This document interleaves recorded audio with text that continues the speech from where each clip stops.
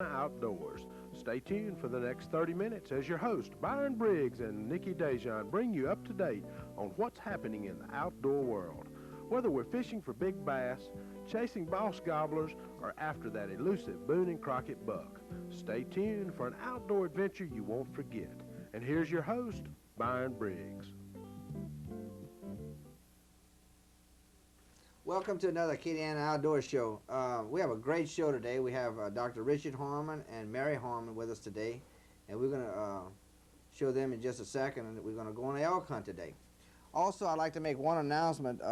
Jim Wallace, formerly of Tony Sasser and Sons Insurance Agency, has moved over and has opened up his own new insurance agency, and Jim has been a friend and also a sponsor of this show for a number of months, and we would like to congratulate him on opening up his new insurance agency, and also want to wish Jim the best of luck with his new endeavor. And of course, his wife Janine, been great friends of us and all of us over here at the station, and we just want to wish Jim the best of luck. Well, Richard, Mary, I appreciate y'all coming by today.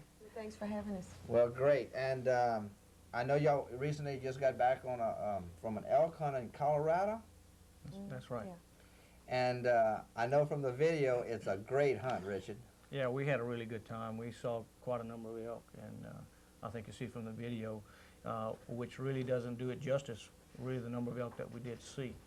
We were hunting, you know, and that we had to, the weather was pretty warm, so Yeah. we had to take care of our animals first, and then kind of in between take shots of the animals that were still running around there on the mountain, bugling, and tried to bring back a representation of something that we did see. Right. Mary, didn't you kill one also? Yes, I killed a 5x5. A 5x5. Mhm. Okay, now, I'm not an elk hunter, and explain to me what a 5x5 is. It has 5 points on each side. Okay, that would be like a deer that has, it's a 10-point. Right. Okay. Because they'll count the brow tines, the big horns that they have in the front. All right. Yeah, mine was small, a little bit smaller than Richard's. Is that right? Mm-hmm. Yeah. Well, a 5x5 is a really nice elk. I don't think Yeah. anybody in the world, except a trophy hunter, is going to pass up a 5x5. Yeah. I started elk hunting in the early 80s, and I went maybe 7 years without getting a shot Is that right? at a nice elk.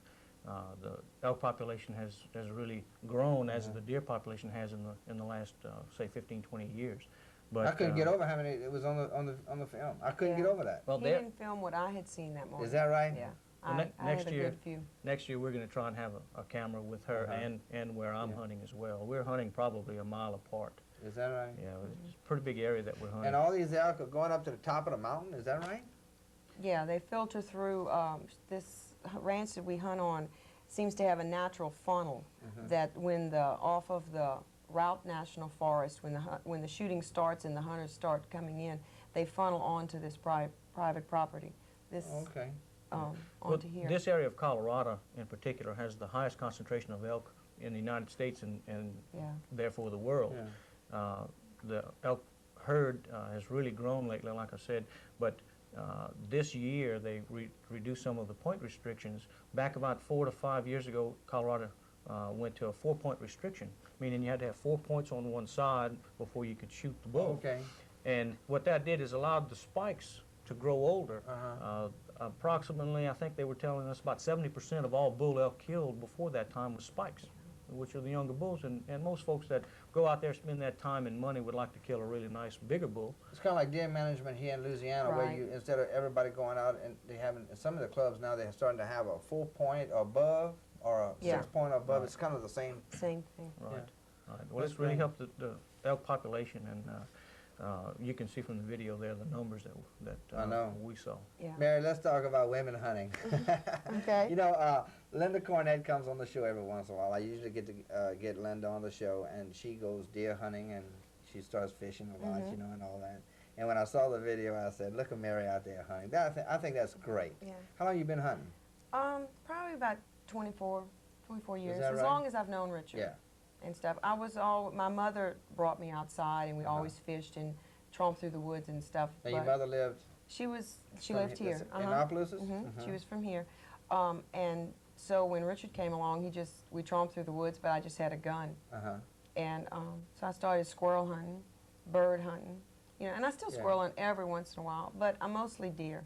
You like deer hunting and I- elk hunting? Yeah, I like deer hunting, but I like to be comfortable. Yeah. So I'm particular where I hunt. Right. That's great. And I tell you. like the elk hunting. Yeah. And you shoot, what kind of rifle you shoot? I have a Browning 270, an automatic. Well, I tell And you she what. shoots it well. I tell you what. I don't want to get in her sights, I promise you. No, my elk. I saw a lot of elk that day. Uh-huh. He was the biggest that I saw, but I did shoot him, and it was a one-shot kill. Really, just one shot. One shot. I Now, shot how him much in did the heart. how much did your elk weigh? Do you remember about? Probably about Well, we didn't weigh them Okay. as far as hanging them up and getting An a actual weight thing. from a field-dressed animal, but estimate 700 to 800 pounds or That so. much? You can't move them. No. Where they Oh, really? fall. They are dead weight. You I cannot mean, move. you them. just It took 4 of us to get the elk into the truck. Yeah. I Seven- couldn't have field dressed Yeah. it Really? alone because it's just such an incredible animal. Yeah. It's like a horse being down. Next year, I couldn't get over how big these things are.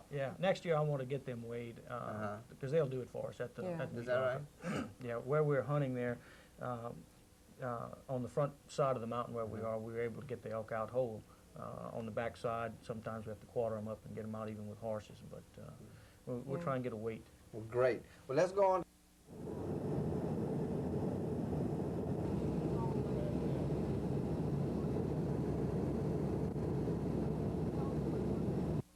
Over here at Steamboat Springs, Colorado.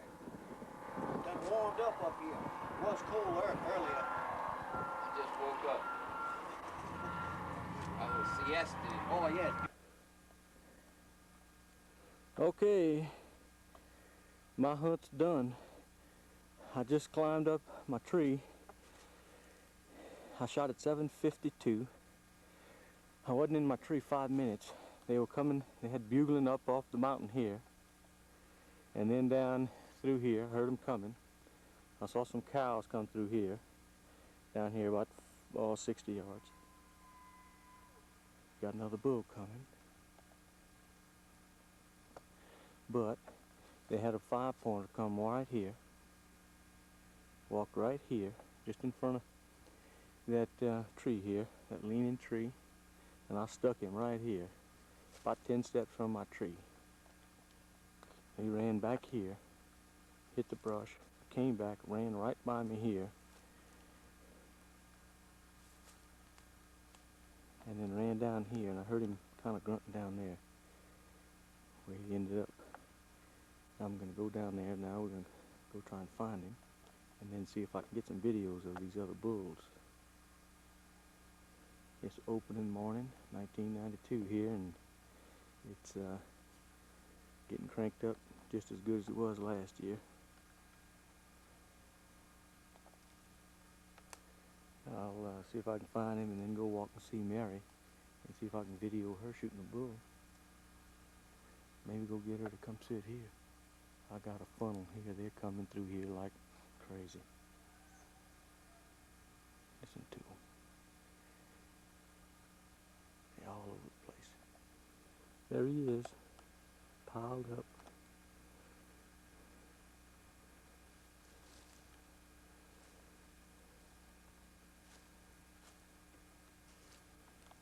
Ask me if I'm a happy camper. Now I get to go like everybody else. Lord, have mercy. Thank you, Lord.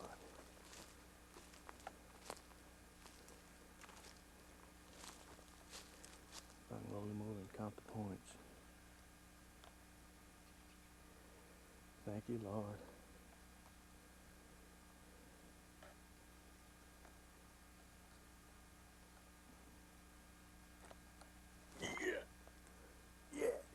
Like Brian says. That sucker dead, boy. Boy, he smells rank.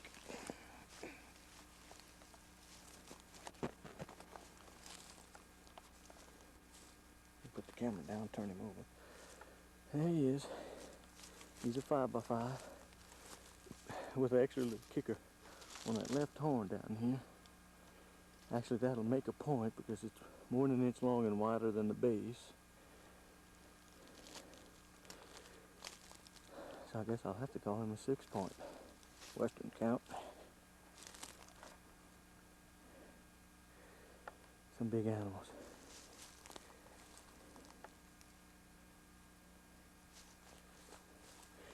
He came up there about 35, 40 yards away. The two cows came first before him. He stood there and bugled. I got to watch him bugle before I killed him. You see here, I hit him just a little far back. He was kind of broadside angling a little bit away, so my arrow was pointed forward from there, going into the chest, and anyway, it was angling down, went into the lungs. Sucker didn't go far. He started having trouble before he went 50 yards. And believe me, he covered that 50 yards pretty quick. I'm happy. Across here is where I saw the bear last year. And coming over this draw, they had several bulls. We came over this draw here the afternoon that I killed my elk. And there was a bull to the right and a bigger bull to the left. Where this little ridge here comes down, it's pretty steep, and there's a little narrow area there where I figured the elk had to be coming through a pretty close area, so I wanted to bow hunt. That's why I went up there. Now, I'll swing around slow, pan it. Where my elk finally dropped is up in these trees. Out across here, down here, and across here. I lost the trail in the dark. I carried my pack with my camera and water, binoculars, and my pistol. Carried my bow, and carried an amaker all the way across here, and then up this thing here. It's over half a mile carrying that thing to get to where I went. Probably closer to a mile. So I can say I did the work and earned him. And it worked out just perfect. You plan all year long and you do your best and try and figure, and sometimes things never work out. This worked out perfectly. I wasn't standing up in my stand more than 10 minutes. I was in there approximately 5 minutes. And I heard him coming and grunting, bugling, and so I heard the rocks. Waited on him. Here they came. The cow and the little calf was in front of him, and they walked right there next to me where I shot the bull. I knew exactly where he was coming. I turned and got ready. I'd been hoping I had enough strength left after carrying the stand all the way up that way. My shoulders are pretty tired, but I was able to draw it back without any problem. And he was walking pretty fast when he started coming up that hill. Kind of hesitated just a little bit, just slowed down just a second, and I got on there pretty close. Figured that was going to be it, and I shot just after field dressing. I had the arrow go through his liver and into the lungs. I retrieved my broadhead and about 10 inches of arrow. Looks like a deer on the side of the mountain, feeding.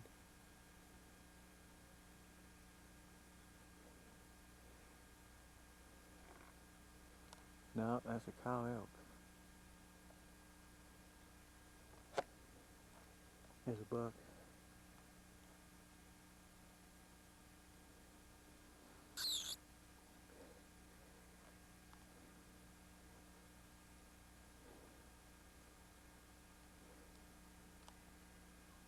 There's elk running through the timber right here.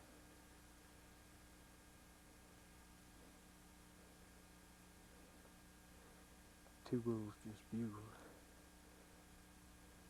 There goes something else through there. It went. There's another one. There's another one. There's another one. There's another one. Goodness, look at him. Still following through. Look at the elk. It's unbelievable.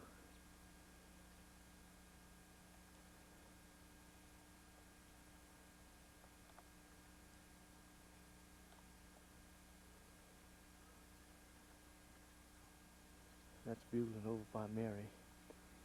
somebody shot that way. I don't know if that was her or not. I'm going to take a look. There's bulls all over the place over here. There's that buck again.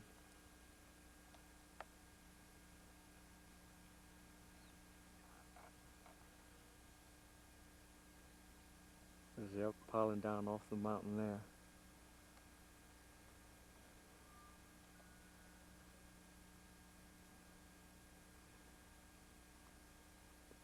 There's elk all over that mountain.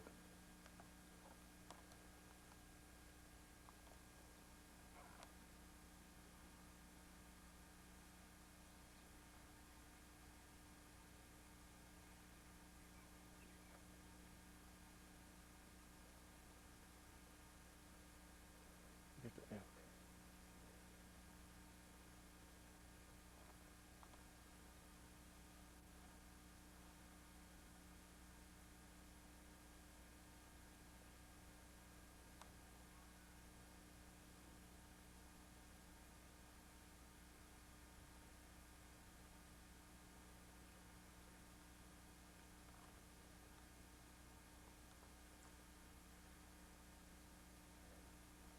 All these animals come down into this stuff here, and when they go left, they go to that little funnel that I just hunted and killed that bull.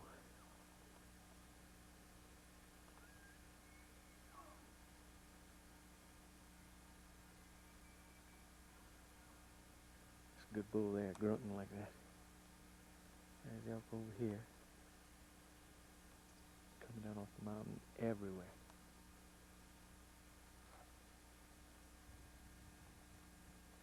There's a big bull bugling out in here, not too far away. They said they were going to put Mary up here above this water hole. So she must be up there somewhere. She may have shot already though.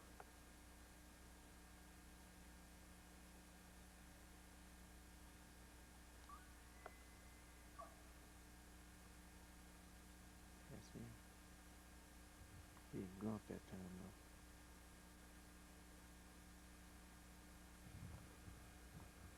though. Man, right here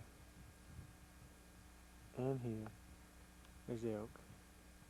Swing down a little bit.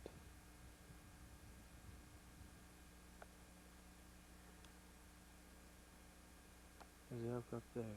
There's the elk. There's that rock outcropping that I was on last year. Down below it, it drops off. This little area here is steep, so the elk, once they're down into this stuff at the bottom, they don't want to cross that thing. But look at the elk here that I see here.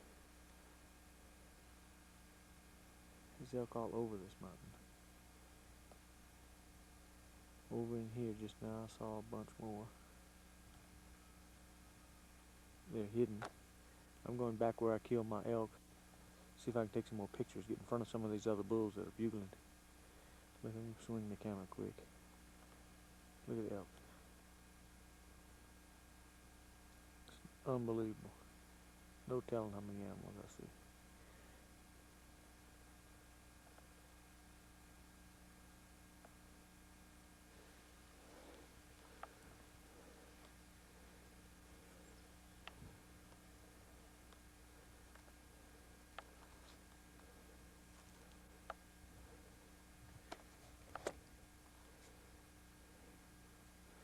Bull elk all around me.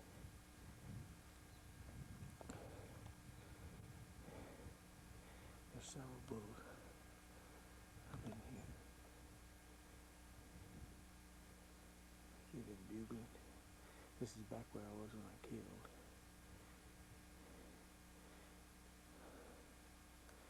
There's elk in here like crazy. I told people it's scary what you'd see in here if you got in here and stayed all day. Look at all it.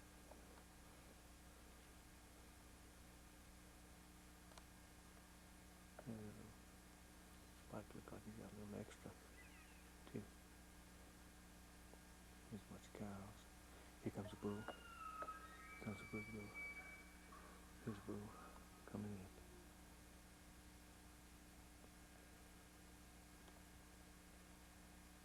nice 5x5.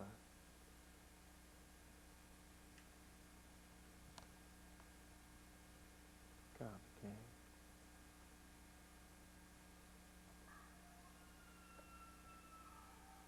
I said 5x5 we just saw. There's a spike.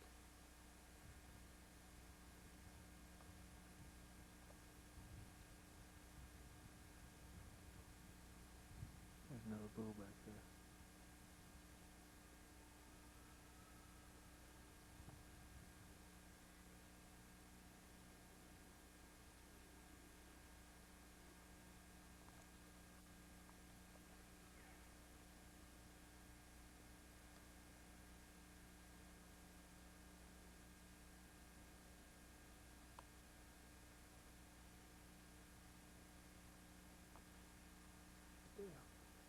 There's another bull spike.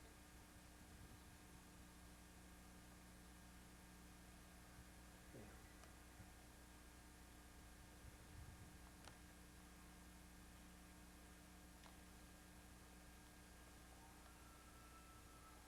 that bull.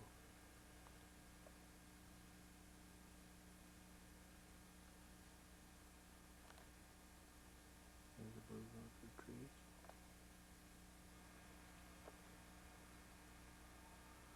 Another good bull over here. Yeah, he is. He's a nice.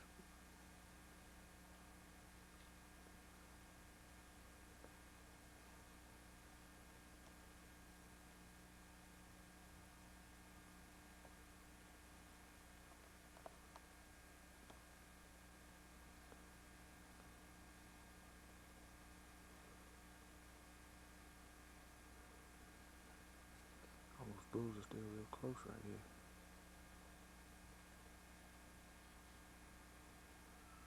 They're just back in these trees.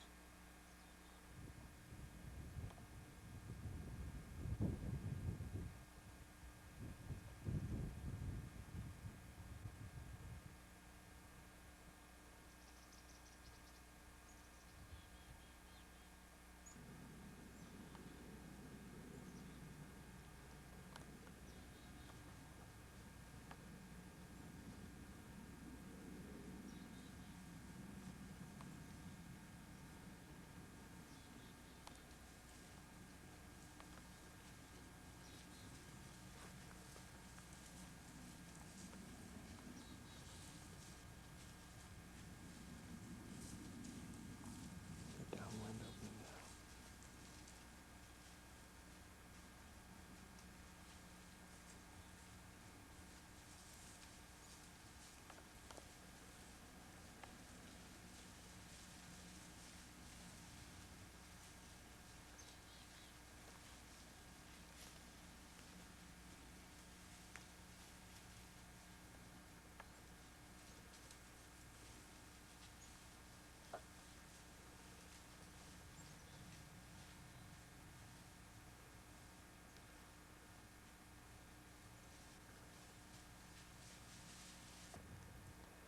There's my setup.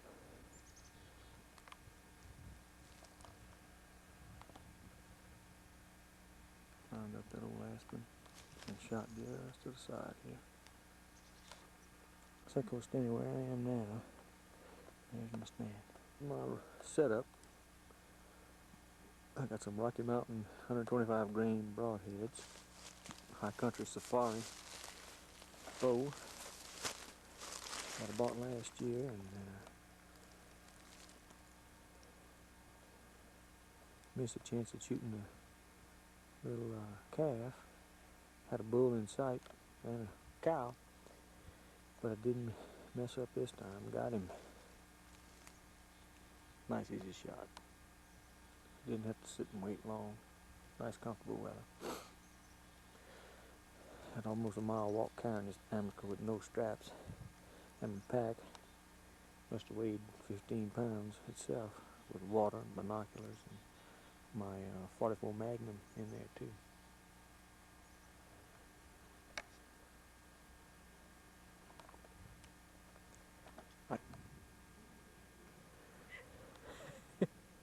What'd you kill, Mary? A spike? Huh?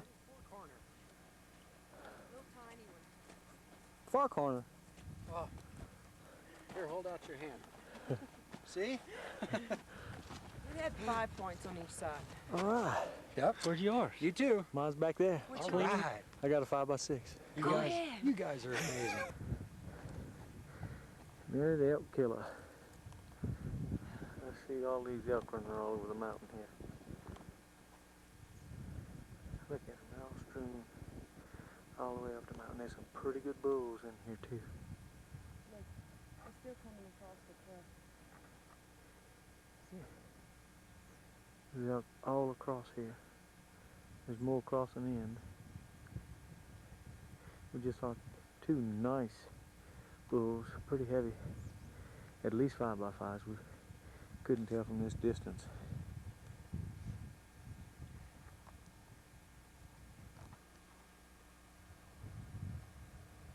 Let's go see your bull. Yep. The green right there. I had a 5x5 walk right there. He walked right in front of me.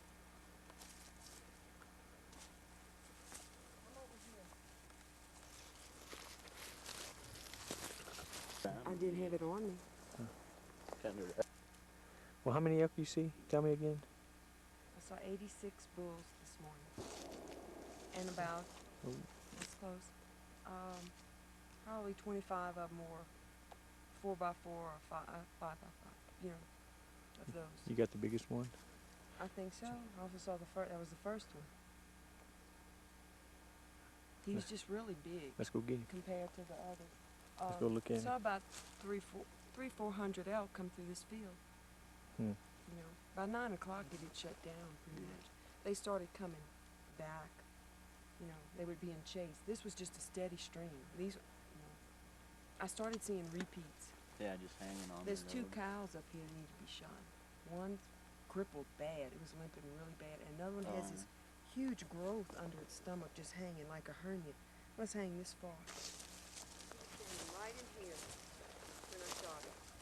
And he came up, when I shot him, he bucked up He was broadside? broadside. And he ran up into the...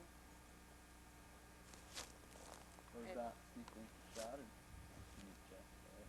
right behind the shoulder. Right where I'm supposed to shoot him. Is that what? At least that's what they tell me. Let's go see.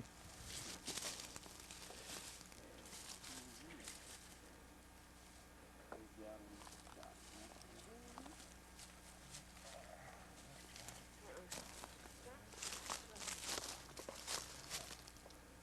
So what you think, Richard? He's gonna be good eating. About that big one, I saw.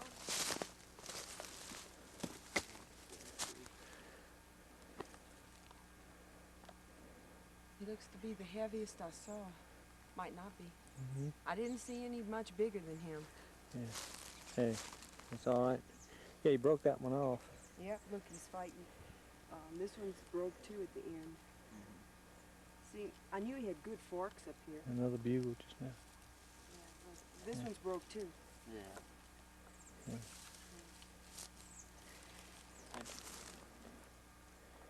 Alright. Not many people would This pass a your first 5x5. elk? Mm-hmm. Alright. First elk hunt. Oh, yeah? Yeah. He's got good brow tone. Shoot, it's a 5x5.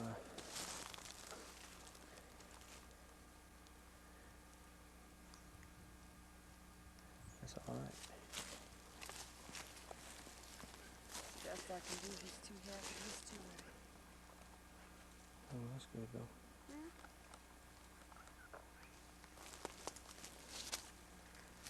Nice first elk, Yep. 5x5. One shot with 270, 140 green Hornaby. 65 yards. He ran maybe 50 yards around in the circle. Since he didn't run straight.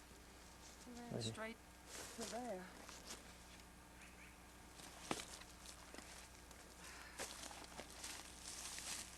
Broke that horn fighting. That one's broke and that one's broke. And look, this one's broke. Yeah, mine has, Brown has a little tip off of it. They got Two porcupines. now their faces are pretty cute. If you're gonna shoot them, it's hard. You can't shoot them. Look at the face. They check you out if you get real close. Cute little devils. Got my first kill with my bow besides a wild hog. Stuck him at 8 steps. Wasn't in my tree stand 10 minutes. Right close to 5. He's nice. He's He a, came right in there and bugled and right up in front of me. what is he? He's a 6. This makes him a 6 over here. Typical 5x5 with this extra point. And makes him a 6x5. I'm gonna call him a 6 point. Try and get him mounted. You can see the bases how big around. Is a lot bigger than mine yet last year and yours. But he still doesn't have the extra mass, you know, you really want on a good 5x5. No, he'll look good. Another year on him, he'd have been good, and in 2 years, boy, he'd have been real nice. Y'all need to smile back there. We're working. That's Jim and Mike working on But Richard's look at elk. the face. You see the difference in, Yeah. in mine and yours? Look at how pretty that is. He's pretty. Nice one. Yeah, especially for the boat.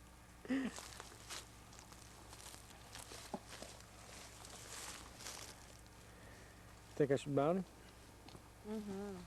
I mean, he's not a giant trophy, No, but he's good. but anyone with a bow is a trophy.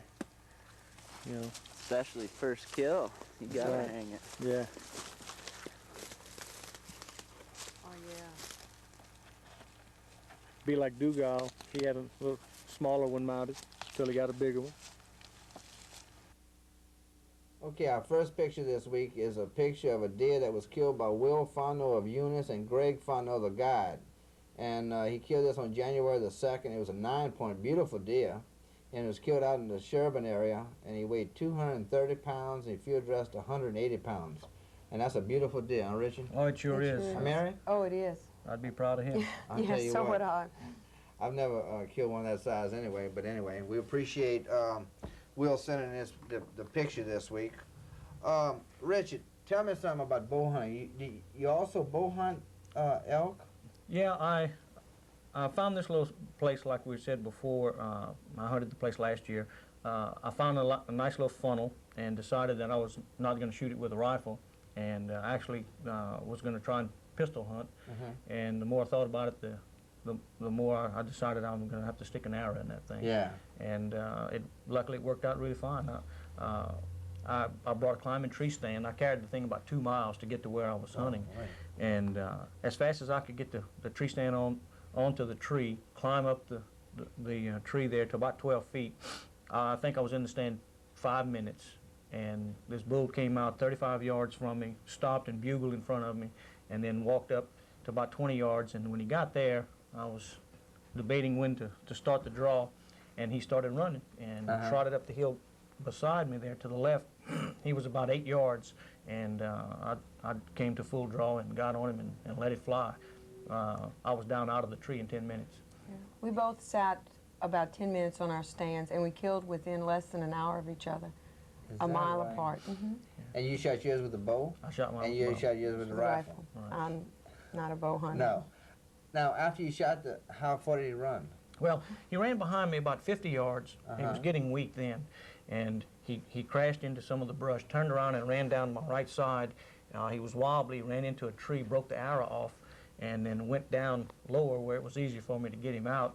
And I figured he was less than 200 yards from where I stuck him. And an arrow will kill a big animal like that?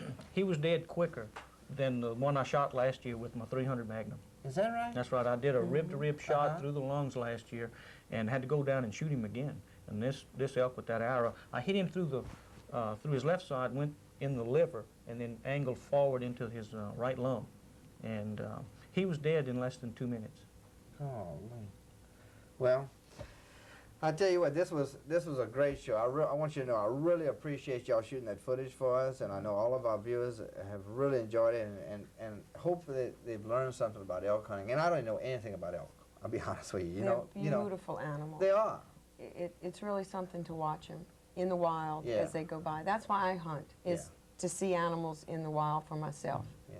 without them seeing me. And it's just not the kill. It's getting out there, having a good time, That's right. enjoying the wildlife. You know. Well, as you can see from the video, the number of animals that we saw, Yeah. it was Right. it was amazing. Yeah. It was wonderful to be there. Well, good. Well, Mary, I want you to know we really appreciate you Thank coming you, on Vaughn, this for week. having us. And Richard, I want you to know, and y'all got to come back and be a guest on the show. And this is not going to be the first show, I promise you. I'm going to ask y'all back a bunch more times, and I know our viewers are going to enjoy it. Well, great. Well, we've enjoyed bringing you this week's show, and we want to remind everybody, if you go out on the bayou banks, and be careful, make sure you wear your life jackets. And until next week, we'll see you out there. We hope everyone has enjoyed this week's edition of the Acadiana Outdoor Show. Remember, whether you're on the water or in the woods, the role you play as a sportsman is how others see it. We hope everyone's next outdoor adventure is a good one, and don't forget, if you kill or catch something, that's a bonus. Until next week, I'm David McCann. For Byers, stay tuned for the next 30 minutes as your host, Byron Briggs and Nikki Dejan, bring you up to date on what's happening in the outdoor world. Whether we're fishing for big bass, chasing boss gobblers, or after that elusive Boone and Crockett buck, stay tuned for an outdoor adventure you won't forget. And here's your host, Byron Briggs. Welcome to another Acadiana Outdoor Show. Nikki, we have a guest today, Harvey Darbone. Harvey, thank you for coming by, buddy. Harvey, how you doing? Things are good. Nice being here. Thank Great. you, Harvey. And Harvey is a principal at Crestwell Elementary. And I know all of your students are going to be watching this show because I know a number of them have spoken to me about that rabbit hunt we did down in Gaydon. The one in Gaydon, right? And Boy, that was fun. It was a lot of fun. I had a lot of feedback. My friends are telling me how they enjoyed that show. That was a great Harvey, show. I tell you what, I enjoy hunting with you. I really do. I do too. And you have some wonderful dogs. Well, thanks. Oh, I'm going to tell you what, Harvey, you got some good dogs. Now, let's talk about Mr. Wait. Alba's dog. I don't think the audience knows what we're talking about. No. We hunt with Albert Simeon and Harvey Darbone. Right, and Albert has his dogs and Harvey has Right. his dogs. And These are trade secrets. Oh, that's and right. we better keep them. Yeah, we can't let our secrets out. Right. But anyway, we want y'all to know that Harvey has some great but it's dogs. always who has the best dogs. That's right. I can tell you. Yeah. That's all I'll tell you. I know. We went, Harvey, you know, when we went on this rabbit hunt, we went up to Garland, and on the hunt there was me and you and Tony Vidrine. Right. And Nikki. And Jerry Chamberlain. Jerry Chamberlain.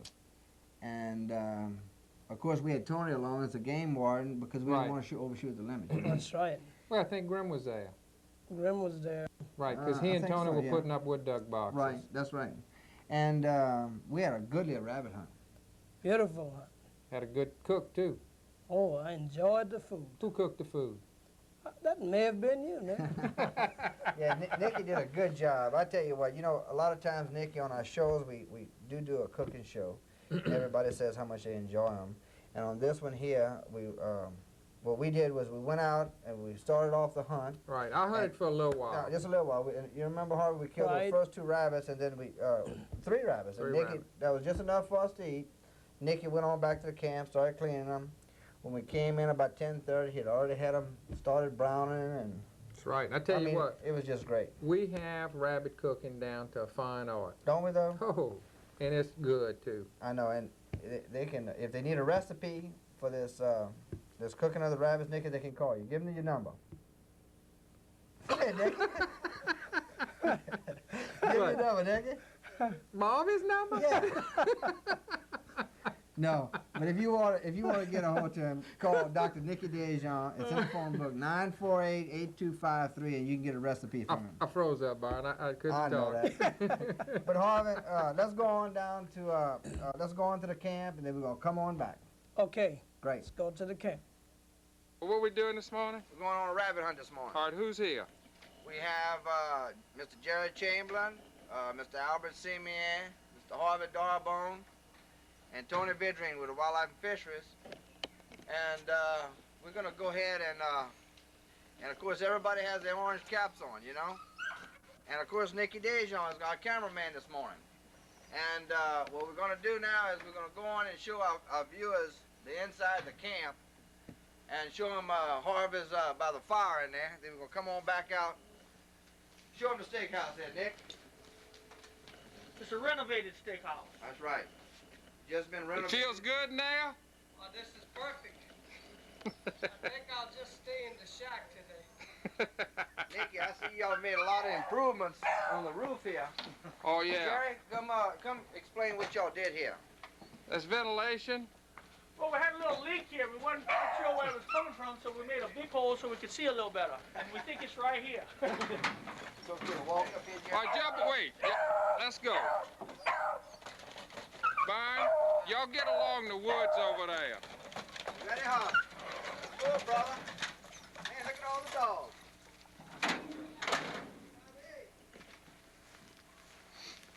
Tony, got your gun? Albert. Now, a good rabbit hunter doesn't talk or make noise while he's hunting, right? That is correct. And you can't say, is the rabbit coming? Is the rabbit coming? Right? That's correct. You told Byron Briggs not to talk? Who got the best dogs, you or Harvey? I don't know. We'll soon find out. You know, Harvey says he got the best dogs. I just want you to know that. That's what he said last year. Okay.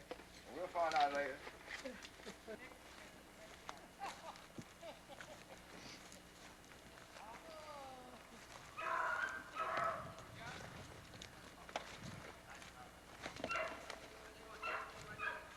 Go in that other field.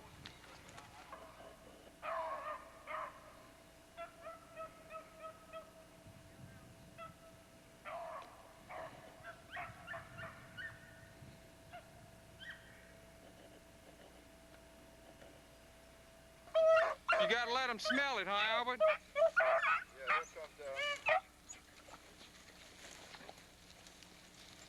Right here now. Oh.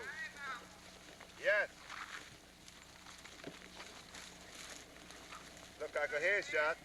A headshot, that's what we're looking for. Yes. Come on, dog. Good, dog. Good. Good. Yes. Albert, how far ahead of the dogs was that rabbit? Oh, about 50 feet. I know one thing, Albert, the reason y'all brought me this morning, Harvey, was to carry the rabbits. Is that right, Harvey? I think you're gonna do good at that. Seems like a job you pretty much adapt to. That's a big old, what is that? That's a big wood rabbit.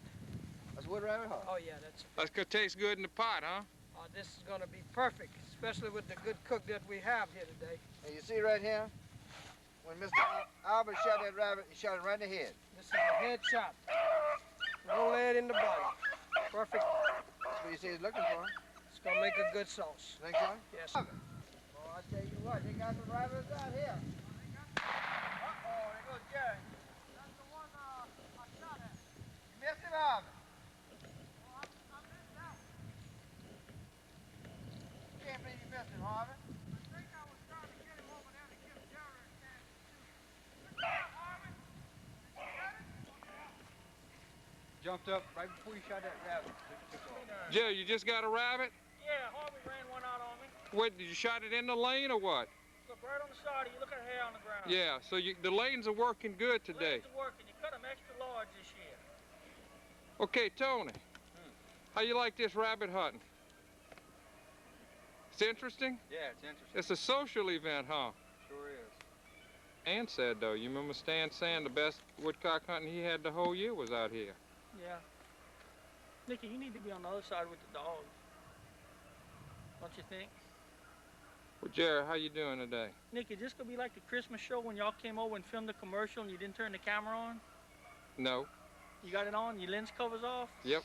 Okay, we set. All right, now listen, they're on the other side, so when you hear them coming back this way, we got to spread out and we got to be quiet. All right.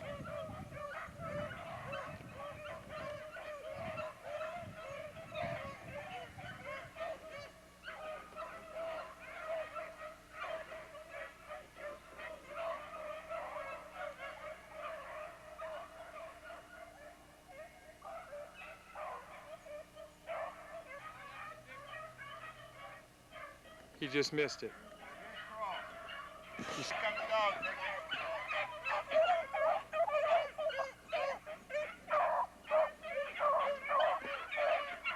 They're hot on a trail, huh, Albert?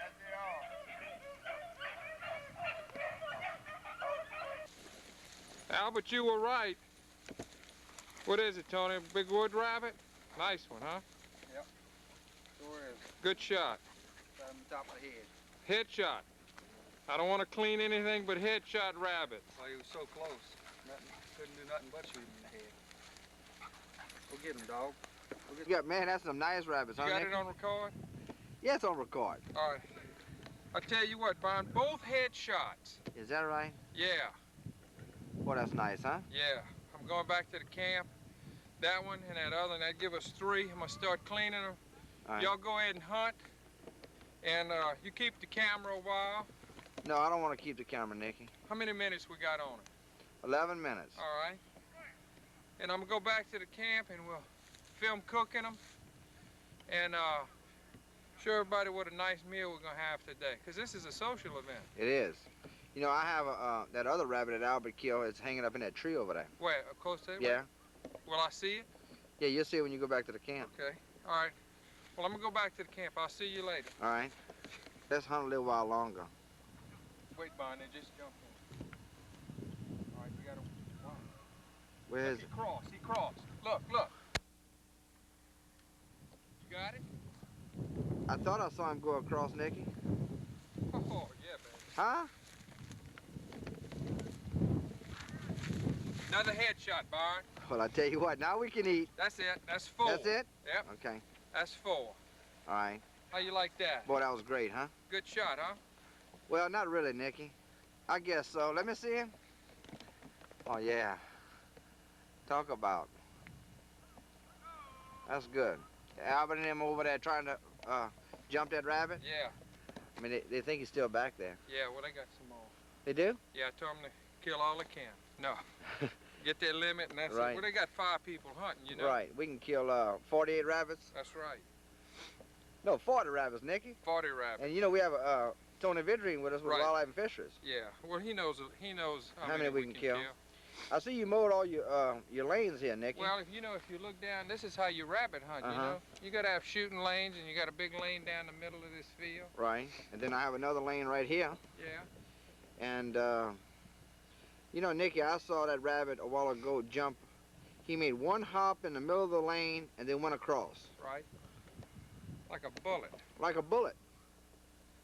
Well, I tell you what, you know, Albert got some good dogs. Oh, they're terrific. They really are. You saw how long they ran that rabbit? And look, they brought that rabbit about, a good quarter of a mile. I know. They had the dogs out in the middle of the Yeah. lane there. You see them? Yeah. They way down there. Let me, who is that walking down there? That's Albert. See all those dogs? Oh, yeah. Boy, he got a pack of dogs, doesn't he? Yeah, you want to come back to the camp and help me clean them? No, Nicky, I want to hunt. Okay. Well, Tony, I just killed the 2 rabbits right here. One of them came out of this barn right here. The dogs jumped him. I want to show the viewers. And the other one came out by this tractor over here. You saw him, huh, Tony? Yeah, I saw him come out. That's when I hollered at you. How you like that?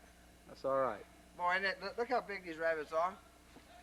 This big one right here, I shot him, we hit right by that tree. And this one here ran right by me right here and ran out there, and we got him. So they were both hiding in the barn. Yep, How'd you like that, Tony? that was fun. We got the dogs right over here, so maybe we're going to get Nicky to clean these. We got enough to eat already, so we're not going to, these are not going to be for dinner today. But as you can see, I shot this one in the head too. Uh-oh, sound like they jumped one.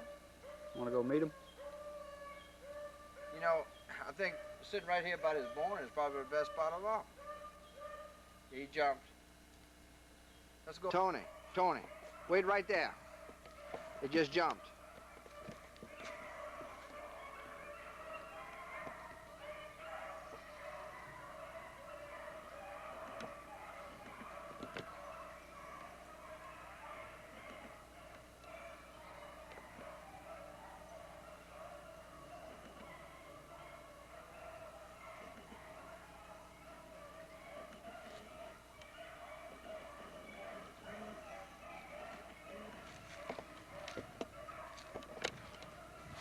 You just wait right there, Tony.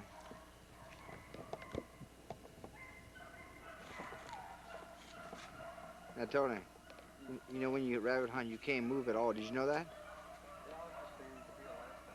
That's what Nicky told me. Right.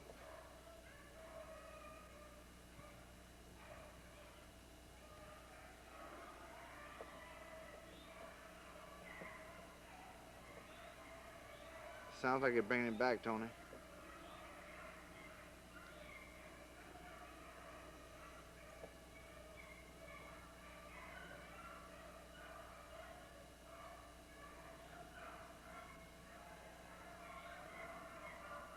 Yeah. Tony, they're bringing him back. Yeah.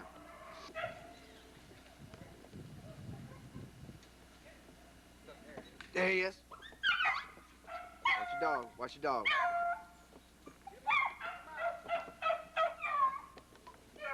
He's under the barn, huh, Tony? All right.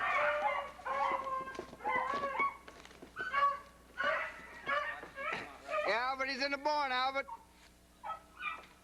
Albert, he's in the barn.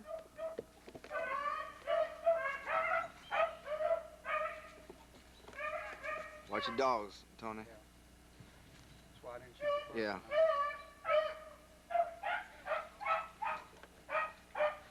Yep, he's in the barn. You want to walk over there by the barn and get in there? He's gonna come out right there. All right. He's under the barn, Harvey. Harvey is in the barn. Where you at, Harvey?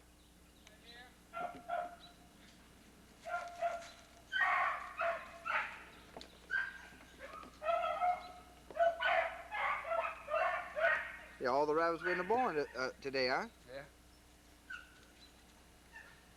I figured that one would come back here Yeah. to get under there. He came out of that hole and went back in there.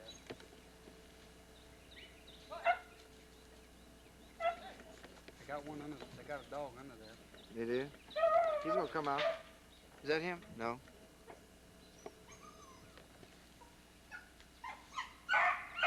He just come out the room. Maybe he came out the back. What you think, Tony?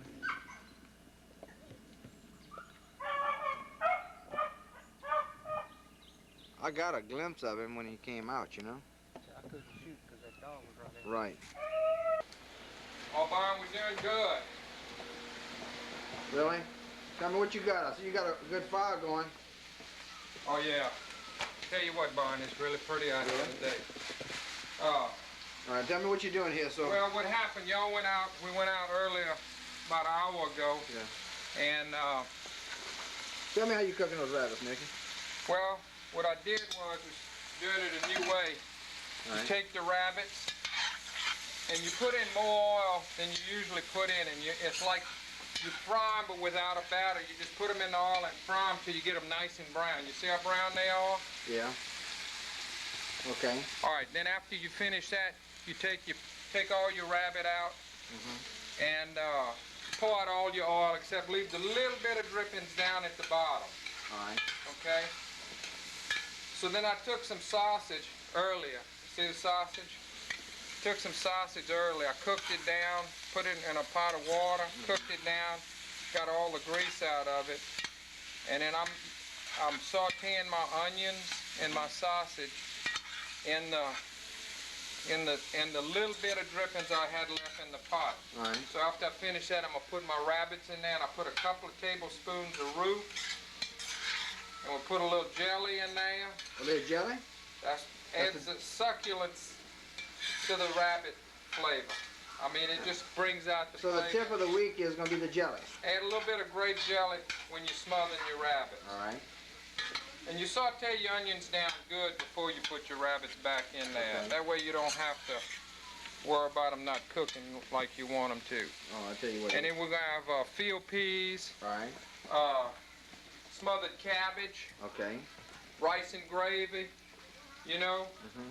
We're going to have a full meal here. All right. And we're getting ready to, what we're doing, what is it, about 10 o'clock now? Yeah. Well, we'll be ready to eat for noon. All right. So one man has to come in, one man has to clean the rabbits and cook them, and that was my job today. Did you clean them too?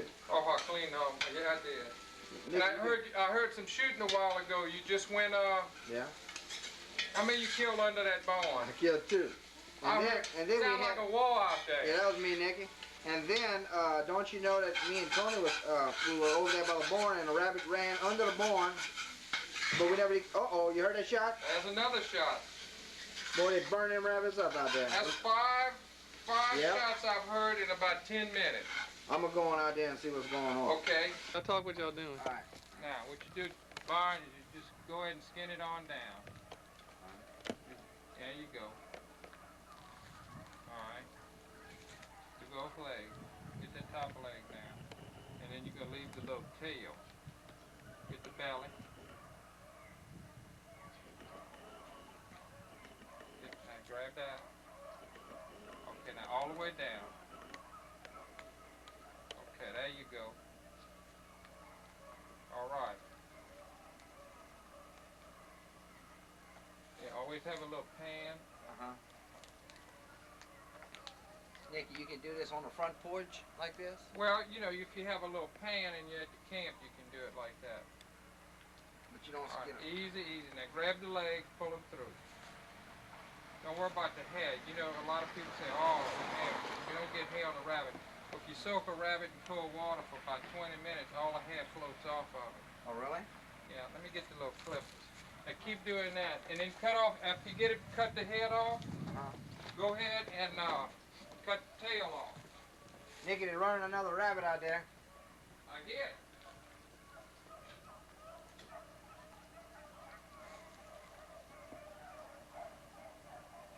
I mean, that's the easiest way because it's hung up. And you don't get hair over it. Right. And then. All right.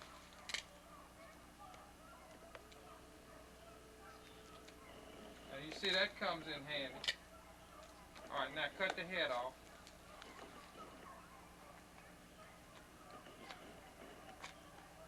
Now what I'm doing is, everybody ought to own a pair of little pruning shears.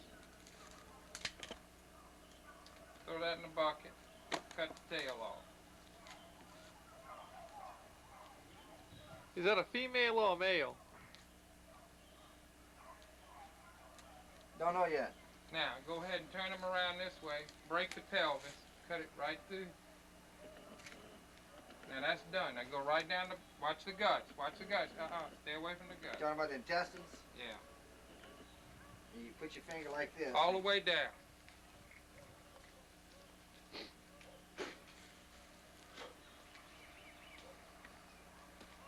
All the way down. All the way down. All the way down to the end. There you go. Now drop the guts out.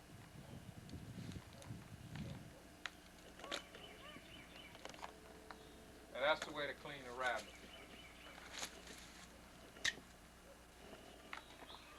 He's clean now, Nick. See that? Nicky, aren't there a couple of little glands you want to get out? Not really. You got the kidneys out. You got the bladder out. All you need to do is hose it down and... Behind the leg? No. That's it. That's it? Okay, you ready? Wait, Nick. All right. That's it. That's it. How you clean a rabbit takes about, what, 2 minutes? Yeah. You gonna clean the rest of those? No, I'll cook. I cooked so I don't clean anymore. I clean 3 of them. Let's go watch. Let's go see what you're cooking.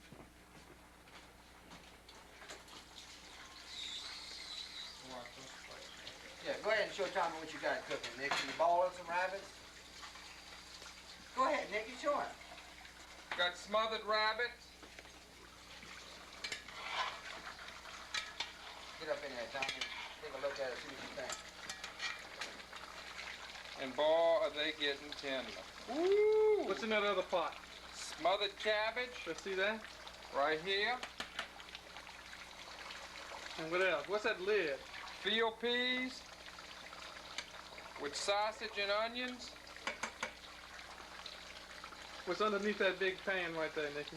Well, I'm gonna tell y'all something. We're not doing a Hitachi rice cooker, but that's stove cooked rice right there. That's not a hibachi, Nicky. No, and let me tell you, that rice is cooked to perfection. Look at that. That's how you cook rice. That's Louisiana rice? Where are we? We're at Garland, Louisiana. And this rabbit is smothered down with onions and smoked sausage. What's the name of this camp? The steakhouse. Sort of a revered place that we've been coming to since for how long, Barn? 15, 20 years? Yeah.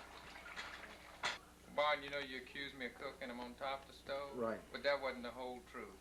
Right. What you do is you put them in the broil. And I want you to look at the color difference. You see that? Does that look good? It's starting to look good, isn't it? Huh. How you like that? Boy, they do, don't they? Al, you got another one? That's one more. 3, that's 7. We didn't even hunt that far over there. We didn't do bad at The all. dogs got after a coon. We'll fix you a titan, Jerry. Hey, Harvey. Always hunt with someone else's dogs. Well, I'm gonna tell y'all, I've been here at the camp while Albert and Harvey and Tony and Jerry Chamberlain and Byron Briggs, who's taking pictures right now, been hunting, and I fixed a feast for us today. Albert, I know you cook rabbits for the sheriff's posse or the sheriff's department every year. I want you to taste my rabbits and tell me what you think of them. I think you're an expert rabbit cook. Well, he's an expert rabbit hunter, I know that. That goes without saying, but we're talking about cooking and killing is two different stories. All right. Right? You're right. When I give you a little tip, so your cooking should be pretty good. Right. Albert's the one who gave me the tip on how to tenderize them. Oh, really? Okay? All right. So we got 7 rabbits. What, it's 11 o'clock? And 1 woodcock. You got a woodcock? Well, we had a good hunt. And the good thing about it is everything's cooked. And Harvey told me Harvey shot one time and missed. Oh, well, Harvey missed? Yeah, I don't think he killed today, but he brought my rabbit, so that's okay. Well, Byron, what you been doing? you ready to turn that camera off and let's all just sit on the porch and relax? First pot is a big pot of oven-cooked rabbit. Freshly killed rabbit. Field peas. Stovetop rice. Stovetop rice. Smothered cabbage, and as Jerry Chamberlain spooning himself a little bit of gravy on his rice. Spooning? Yeah. Spooning? Get my plate. And there's a completed plate right there. Thomas Dejon and his little toddy. That's just a Coke. And then we'll go to the center of the table, little garlic bread.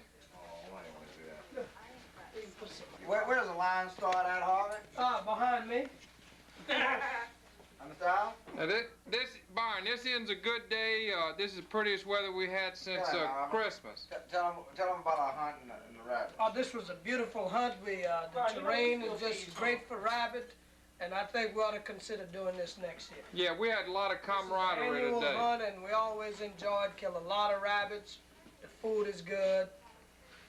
Just enjoy it. And the dogs were good. You see, a lot of people don't know about this, but this is how to have fun.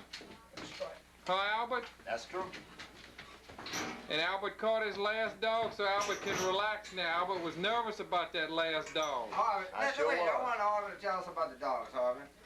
Well, the dogs are real good. Al dogs didn't have a choice because my dogs trained his. Now, Harvey, Albert said you had 1.5 dogs. What is he talking about when he says 1.5 dogs? Al, can you explain that? Well, you got one dog that hunts real good, and the other one, sometimes she hunts, sometimes she doesn't. Oh, really?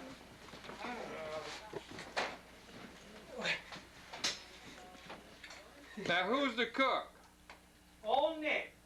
The cook is old Nick, and he's really good at it. Hey, Jerry, turn around. How is it? It's excellent, Nick. The cabbage is tremendous. What's Byron gonna eat? He doesn't like field peas. He doesn't like cabbage. Byron likes rice and gravy and meat. Man. Nicky, I want you to know those rabbits were absolutely delicious. Well, huh, Harvey? I enjoyed it. I've never seen Al eat so much in all my life. It's true. I Boy, he tell likes you, to eat those rabbits. he huh? does. I think that's his best wild game, is rabbit. Oh yeah, he loves it. Well, Harvey, let me say something. We're gonna. I know the hunt rabbit season's over and all this, but we still got next year now, Harvey. We're looking forward to that. You know, hunting is a sport that involves so many people. You can involve the young folks as well, and it's a sport that I really enjoy, and I enjoy Right. hunting with you That's guys. right. And of course, Little Al was on the hunt. Little Al was there as well. Right, and you know that's what it's, you know, if more fathers would take their kids out on a hunting. You know, we neglect to say that, and we forget I to know. say it sometimes. It's And true. we go through our shows, and we don't say it. You got to take those kids out there. And you know, turkey hunting's coming up. That's what they need to do. Take the kids turkey. That'll be Or their last fishing. chance Well, this year, no, and but fishing is fishing, coming Nicky. up. Fishing is coming up. But And, but our Garland hunt is a good hunt. We have a good time we out got our there. annual hunt out there, and we always cook and just have a good time. But Harvey, I know all you all the kids going to your school they're gonna all watch you now, Harvey. Well, they're gonna watch it, and I'm sure I'll get a lot of feedback. They're gonna have to watch how their principal That's right. gets those dogs running right, Yeah. and Make sure I'm not hopping around. That's right. make sure you're not hopping around. And, you know, Yeah. Well, I tell you what, I can't tell you how much I enjoyed the hunt, enjoyed the fellowship, Harvey, and we're looking forward to it again next year. And I want you to come back on our show. Certainly. It's always a pleasure to go hunting or fishing with you. We're gonna make a fishing trip, Harvey. Well, that's good. does Albert fish? I remember Al fishing one time, Uh-huh. so we got to get him back into Yeah. that. Oh yeah, he'll come We'll put a fishing. life jacket on him. Put get a him in life boat. jacket on him, maybe a inner tube. Right. And turn him loose. Well, good. But listen, we hope all of our viewers enjoyed this week's show. And, of course, fishing season is wide open right now. And we want to remind everybody to wear their life jackets. And just be careful when you're out on the water. Your licenses are coming due. Get That's correct. get your new fishing license. That's June. June they come due, right? I think so. Well, good. Well, so Harvey, like again, I appreciate you coming by, buddy. And Nick, Thank you. enjoyed this week. Glad to and, be It here. was a pleasure. And until next week, we'll see you out in outdoors. We hope everyone has enjoyed this week's edition of the Acadiana Outdoor Show. Remember, whether you're on the water or in the woods, the role you play as a sportsman is how others see it. We hope everyone's next outdoor adventure is a good one, and don't forget, if you kill or catch something, that's a bonus. Until next week, I'm David McCann. This week's edition of Acadiana Outdoors. Stay tuned for the next 30 minutes as your host, Byron Briggs and Nikki Dejan, bring you up to date on what's happening in the outdoor world. Whether we're fishing for big bass, chasing boss gobblers, or after that elusive Boone and Crockett buck, stay tuned for an outdoor adventure you won't forget. And here's your host, Byron Briggs. Welcome to another Acadiana Outdoor Show. Today I have as my guest Ed Vice, and Nikki, you have a guest. My brother Felix Grimm. How you doing? And we're out How here. you doing? We're out here at Keller Lake. We're at Felix's camp today, and we made a great hunt this morning, huh, Felix? We really did, Byron. The four of us went down, and we had a lot of, it was the second, almost the last day of duck season, and really surprising, we had a lot of ducks come in on us this morning. We had a lot of pintail, which is something Ed told us earlier he hadn't really had down in the marsh. No, down below Erath where we hunt, we've had very few pintail. We've had mostly teal, and one of the reasons I believe is so many ducks have moved away, and of course a lot of people who hunt down in that area will tell you the ducks have been very limited, same with the geese, and the main reason is because there's so much pressure on them. There's so many people banging them. Well, I I'll mean, tell you, just shooting the devil out of them. up at Byron's Blind, we've had a lot of pintail. A lot of pintail. We really have. This has been one of our best years ever on ducks. I mean, we've had an excellent duck season, plenty of mallards and pintails, and we had a good year. One of the nice things about today's hunt was we had I guess a gang of about 6 or 7 pintail come on us, and we all got a limit. And we all got one. Yeah. We knocked down 4 pintail, which was really something. Everybody picked out their own bird, and when it's kind of, you know, you shoot to the left and I'll shoot to the right, and we were in 2 different blinds, but right next to one another. And it was really something to see 4 pintail drop like they dropped, 2 males and 2 females. Nicky, how you like that hunt this morning? I had a good time, Byron. Yeah. I like to watch the dogs go get the birds. They found every one of them. Yeah. You never lose a bird. Not with those dogs. No, that was something to see those dogs take off. And they split up and go get the different birds. Oh, yeah, that Well, was not really only that, hey, you guys have it made. You hunting in the rice field. And now, I mean, you've got this much water. Come on, come down and hunt in the marsh with me. Now, what do y'all have, Ed? Oh, man, we've got more trash all over the place. I'm talking about vegetation, marsh grass, bull, a lot of mud. A lot of mud. And like I said, some of the water in some of the ditches 4, 5, 6 feet deep. Yeah. And if you mess up and wound a duck, it's underwater and you'll never find it. Well, someone told me that y'all's water doesn't start till you reach the knees. That's right. That's exactly right. Everything under the knees is mud. Yeah. Ed, let's talk briefly about that new video that you just came out with. Okay, I'll tell you what, one of the main complaints that I've heard all during the duck season, a lot of people were using number 4, and basically number 4 we're steel. talking about steel shot now. Steel shot, strictly steel. Lead's out now. That's right. And the number 4 steel just has not been really knocking the birds down, or even if they would knock them down, the birds were only wounded and they were getting away. And so what I did is I've talked to a number of people, and of course I've asked them, well, how did you pattern your shotgun? And they'll look at you with just a blank face and go, pattern your shotgun? You know what you're talking about? Not at all. And basically, excuse I me, hear the geese. I hear them. Y'all hear them? Yeah, I hear them. They got a bunch of geese. I'm ready to call them now, but I'm getting excited. Where's my call? Quick. Anyway, basically, right, let's get back to the video. Back to the story. Come back. Back to the story. What we're trying to do is show people how to pattern a shotgun using number 4, number 2s, and BBs. And the video explains that the larger the shot size, the more knockdown power you have. And of course, you're going to show some of the video. Yeah, we're going to see and some that's of that. really that's really what you should pay attention to, is the fact that if you're going to be making shots at 40 yards, if you're using number 4 steel shot right now, you have less than 1 foot-pound of energy per pellet.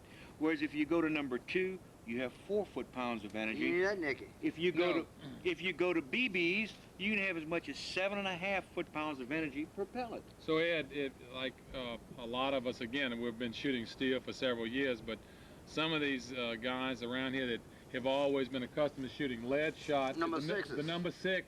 Right. That used to be the knockdown shell to knock anything down. Correct. But if you convert that to steel shot, that's the number 6 steel shot is something you wouldn't even shoot at a dove almost Let me anymore. tell you what.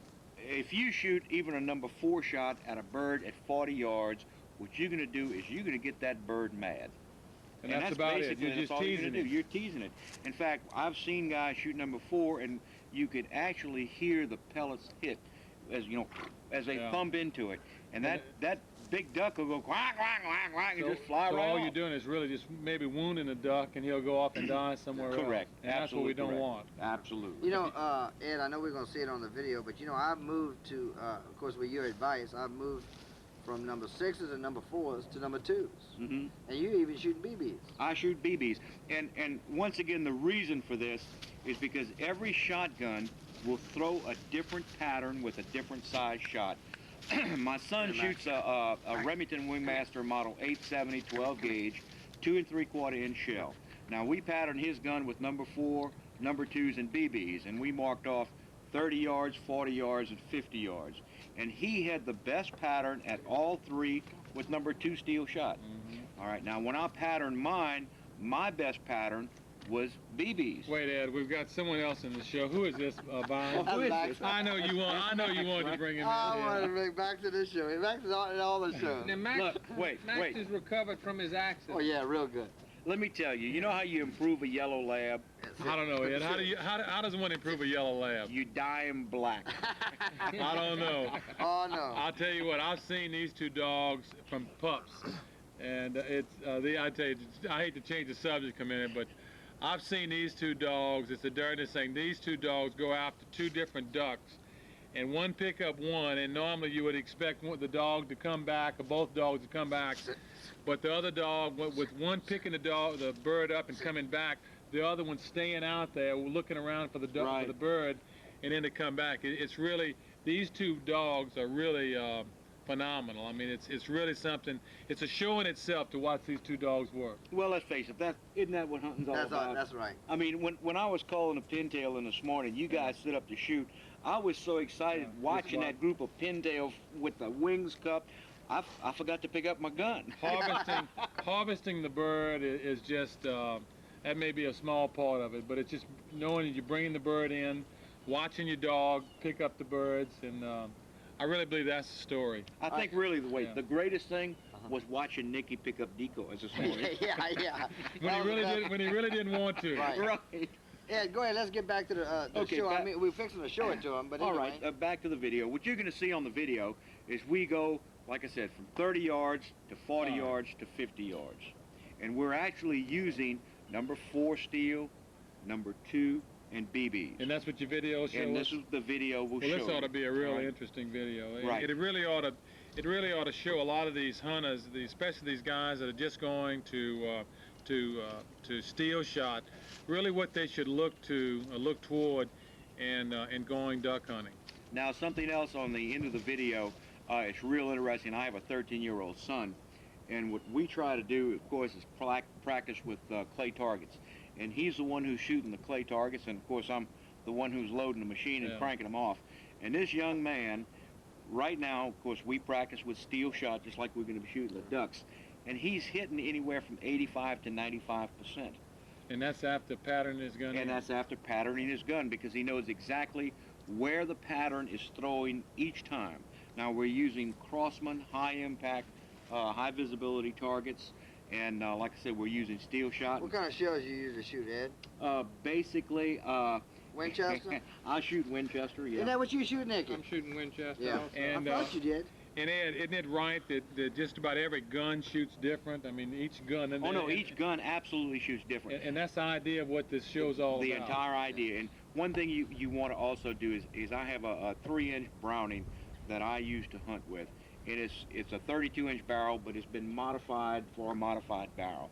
And this is what you want to do. If you have a gun that's got a full choke, if you don't want to take the full choke out, buy yourself another barrel, because you're going to have to use a modified barrel, because the steel holds a tighter pattern, and you'll see that where it holds a tighter pattern. I've always heard that you shoot steel out the improved cylinder. Well, improved cylinder also, but with your modified, there's no problem. Your modified can handle the steel. Well, Byron, listen, let me tell you something. I've been watching your show for the last year and a half, and you and Nicky, and I really want to thank y'all for finally inviting me on your show. Well, I want you to know. It's a pleasure. Well, we had to. It's your camp. You cooked. What the heck? Oh, yeah. Let's go on. Y'all ready to go watch the video? Let's go on to the video. We're going to come back and see if anybody has any questions after we watch it. That sounds good. You can take the guns off these guys. They've let me on the show now. Right. All right.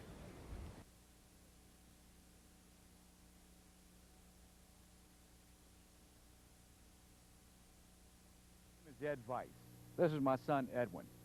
I'd like to welcome you. What we're going to do is we're going to show you exactly how to improve your wing shooting. There's a big controversy over whether steel shot is better than lead shot or lead shot is better than steel shot, and we're going to show you how to use that information, how to use patterning of the shotgun, how to improve your wing shooting to dispel the myth that lead is better than steel. First thing we're going to do is we're going to go back to basics. Exactly how do you start off where you'll be able to knock down at least 90% of everything that's flying in the air. First thing we want to talk about is how you go about gripping the weapon and making sure that it's in the same position each time you bring it into your shoulder, each time you bring it down or bring your face down to the stock to have the same cheek mark every time. Edwin, first thing I want you to do is go ahead and point the gun off to your left and show him exactly how you're going to hold the weapon and get ready for a shot.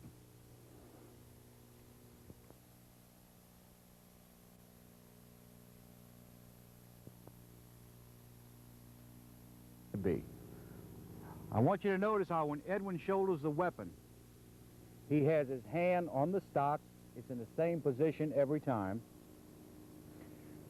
His grip on the heel of the gun is the same position every time, so he can move his finger right away, pressing the safety release and then onto the trigger.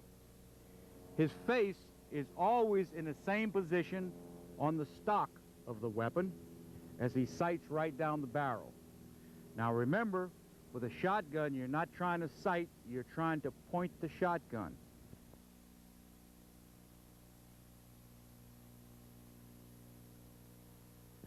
The next thing we're going to show you is how to assume the stance when you're getting ready to shoot. Okay, go ahead and assume the stance, Edwin. You notice how his feet separates. They're just about even with his shoulders. His feet are about the same distance as his shoulders.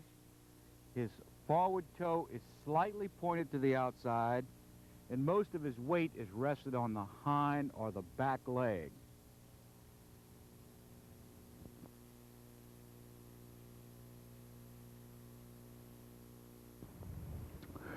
The reason he is pointed in the direction that he's going to shoot is so that his upper body can move along with the target. It can swing quite easily. If your feet are in the wrong position, what happens is you get out of balance and it'll throw off your entire aim.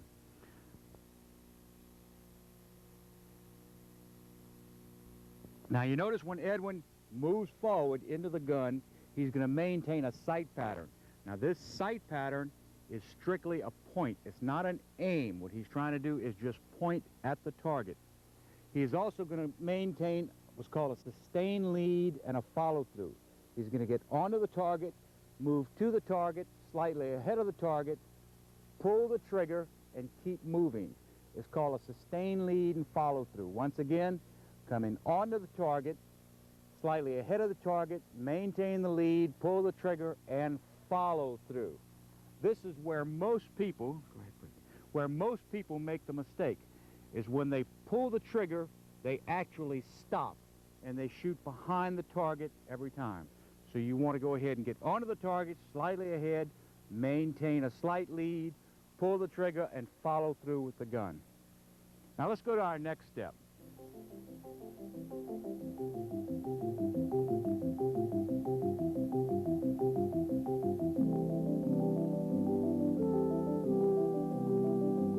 Today we're using the high visible impact targets from Crossman Corporation, the people who brought you your first BB gun.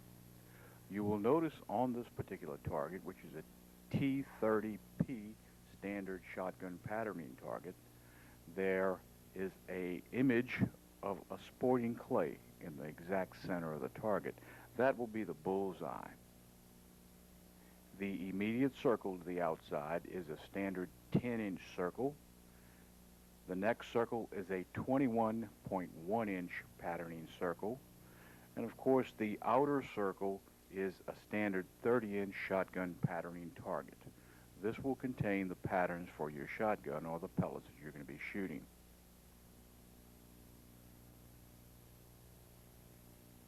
You'll notice that on the target there are 4 zones, 1, 2, 3, and 4, 1 and 2 on top, 3 and 4 on the bottom. On this particular target, we were shooting F-shot. Notice how in zones 1 and zones 3 on the left-hand side of the target, there are more hits in that particular area. In zone 2 on the top right and zone 4, there are fewer hits. Probably what this is caused by is either jerking or bucking the gun when you pull the trigger, so it's moving the shot off onto the left-hand side of the target. You'll also notice in the bottom of the target there is a chart for lead shot. Also, there's a chart for steel shot, which will give you your basic information on sizes, also the pellet counts. And the last chart on the bottom gives you the information on the gun, choke, pellets, and also the date.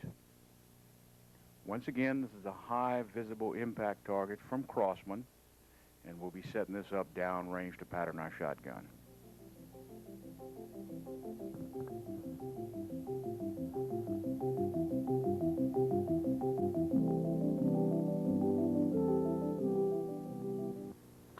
now going to pattern a shotgun, first using number 4, number 2, and BB.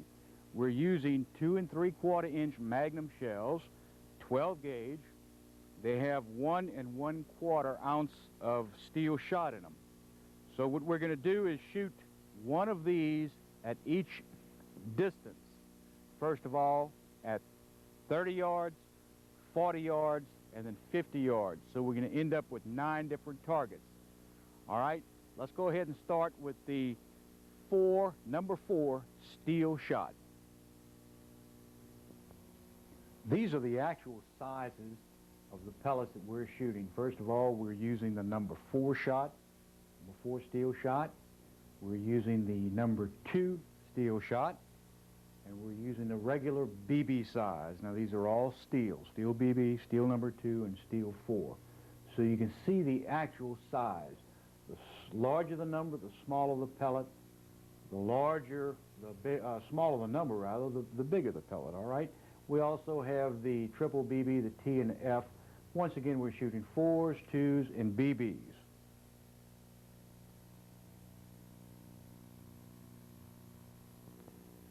When you compare your lead versus steel and your foot-pounds of energy, you'll notice that all of the shot sizes, from the large F shot all the way up to the small lead 7.5, you have the same muzzle velocity between 1,330 and 1,400 feet per second.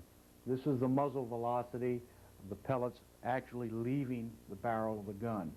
When you get to 30 yards, you see a tremendous difference in the actual foot-pounds of energy for the different sizes.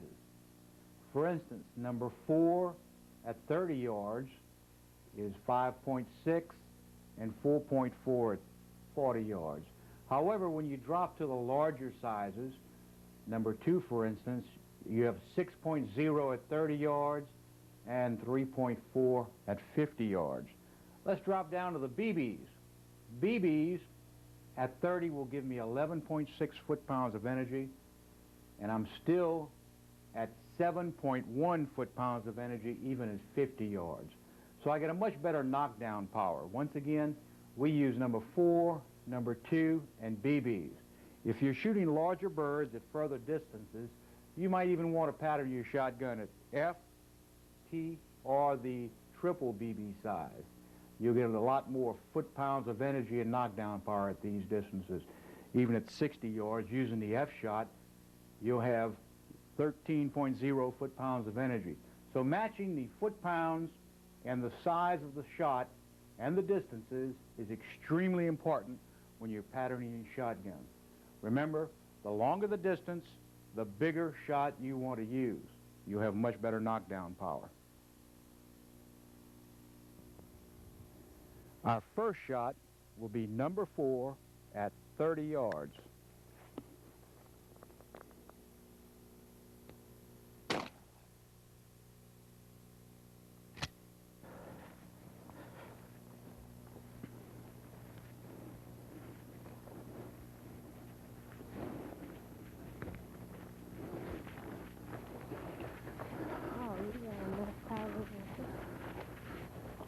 That's a good pattern, but it's still in the lower quadrant.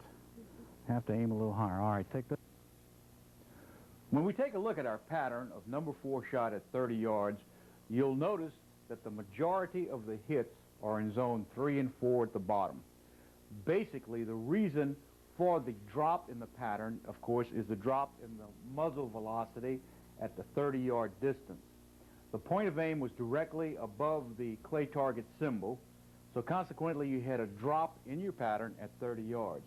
You still have a good number of hits in the center portion of the target, the 10-inch circle, and on your 21-inch circle, you'll notice zone 2 is almost completely bare. There's no hits in zone 2 at all. So this particular pattern, number 4 shot at 30 yards, I would have to aim higher in order to compensate for the drop in the pellets at 30 yards due to the decrease in the velocity of the pellets. What our next shot will be at 30 yards is we're going to go ahead and use the number 2 shot. Once again, 1 1/4 ounce. We're shooting a 2 3/4 inch Magnum. All right, here we go. Completely cover the target.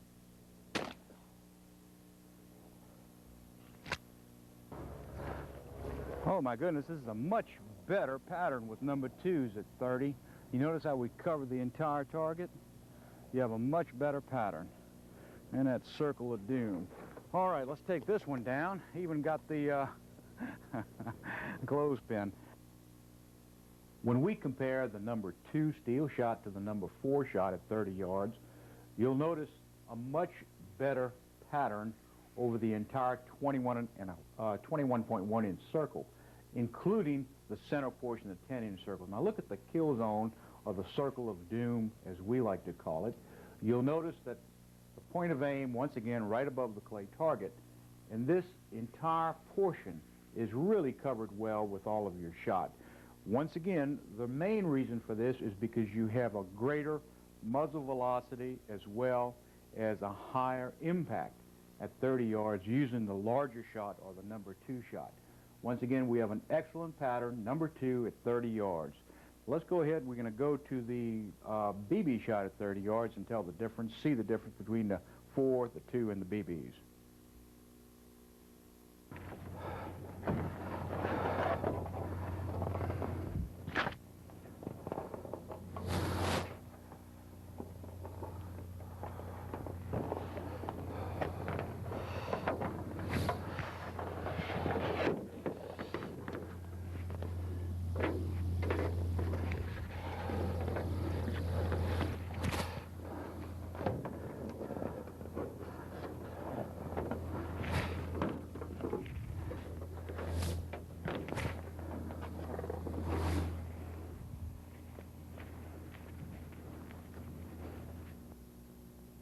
The last target we're going to be aiming at 30 yards, we're using a BB shot. Once again, 1 1/4 ounce Magnum modified barrel, and we're going to cover the center of the target once again with the barrel. All right, that should be a real tight pattern. Once again, we're shooting BBs.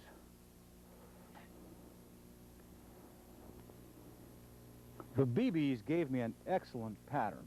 I've got, let's see, 1, 2, 3, 4, 5 right on the sporting clay dead center. I have a number in the immediate circle around it, and also right on the outside. So this is an excellent pattern for BBs at 30 yards. You'll also notice I have many in the top quadrants, because what I did, instead of putting the bead or the front sight at the bottom, I actually covered the entire target with the barrel of the shotgun. So this gave me a much better pattern as I was trying to hold it onto the target. So at 30 yards with BBs, it's an excellent, excellent pattern. You'll notice on the BB shot at 30 yards, we have an excellent pattern. Once again, the high aim is right above the clay target. The muzzle velocity and the foot-pounds of energy at 30 yards are much greater with your heavier shot, your BB shot. We have a total of 6 pellets directly into the center, into the clay target, and you have an excellent pattern in your kill zone, or your circle of doom. Once again, the BBs are going to have a much greater knockdown power, or energy, foot-pounds of energy at 30 yards. As you can see, the entire circle is well covered in this particular area. Now, as we go to the other targets, you'll notice using the same impact, or the same point of impact right at this particular area, the pellets will actually start to drop when we use the smaller pellets. Once you've patterned your shotgun, it's time to actually start shooting clay targets. Take the best pattern from the best shots that you're using, and that's what you want to practice your target shooting with, your wing shooting. Remember, sustain lead and follow through. Practice, practice, practice. You'll get better with each shot. Ed, I tell you what, that video was great. I know our viewers are going to enjoy that. I think they'll enjoy it, and I think it'll also really help them when they go to pattern their shotgun. It shows them how to do it. Well, Ed, let me ask you something. How can we get one of those videos? Well, you can order it from Lafayette. My name's in the phone book, Ed Weiss. I'll be glad to send you one. They're $29.95, and That includes the shipping and handling. Well worth the But for you, price. it's 45. Right? I'll tell you what. No, seriously, all kidding aside, I was really impressed with that. I really believe someone who is really a novice hunter, or someone who's not really sure of his shooting, will really get a lot out of your tape. I'll tell you what. I've been substitute teaching in Lafayette for some of the middle schools, and there's a lot of kids who would like to hunt, who are interested in it, and a lot of parents, let's face it, the daddies have never hunted before, and they're trying to get into it. This is an excellent show, not just for the parents, but for the kids, because they really get into it and understand from the basics. And it'd be good for me and Nikki, too. Well, I can tell you what, y'all really need it. Let Here me they ask come, you this. y'all. What's the phone number so they can call you? All right, it's area code 318-233-0456. Just leave a message on the answer machine, and I'll get right back. All right, or they can call the station, and or they can call Nikki or myself, and we'll be happy to get them in touch with Ed. Love it. All right, Nick, what you got to say? Had a good time. Tomorrow's the last day of duck season. We've hunted 95 days. Let's say 98% of the days so far. Out of the 22 days, Barnes hunted 24 days. No, we had a good time this year. We really did. It really has been an outstanding season. I tell you what, you know you've hunted a lot when you go try to get the dogs out the cage. They're both laying down looking at you like that. And That's they don't right. wanna Not get out the again. cage. Oh, yeah, when I got to go in there and wake up the dogs, I promise you, it's time for the season to end. That's right. We had a good time. So I guess we're going to get into woodcock and rabbit and Yeah, we're gonna things do like something that. else. Well, actually, I'll tell you what I'm going to do. You guys are so fortunate. All the geese are moving up north. I'm going to go get my goose spread, and I'm going to set it right out there, and I'm going to learn you Yankee folks how to shoot some geese. Well, yeah, I tell you, you do that. In the meantime, we'll get our Britons all ready for some good woodcock hunting and some real good rabbit hunting. Yeah, we're going to make a That's how rabbit we do it. hunt down to Gaydon in the next couple of weeks and try and bring that to them. Oh, great. That sounds Nikki, you good. gonna come with us? You think Frida let you go on this hunt? You know, Nikki hasn't been in on the show the last couple of weeks. He's kind of been punished.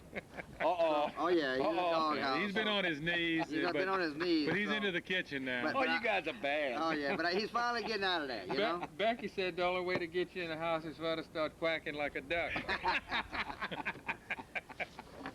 We hope everybody enjoyed this week's show, huh, Nick? Yeah, I did. And we're gonna bring them a great one next week. You got it. Are you going to invite me back?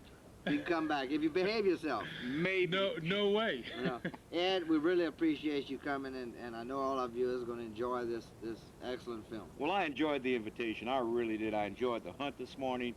It's just a totally different type of hunt from where we are. So it's just a real experience for me, and I really enjoy it. Wait, who killed all the ducks? Hey, well, all I got to say is I called them in. Now, I'm not going to say a thing, fellas. Come on, don't put me on the spot. No. Well, thank y'all, gentlemen. All Thank right. you, Brian, Nikki. All Thank right, you so very until much. next week, we'll see you out there. Of Acadiana Outdoors.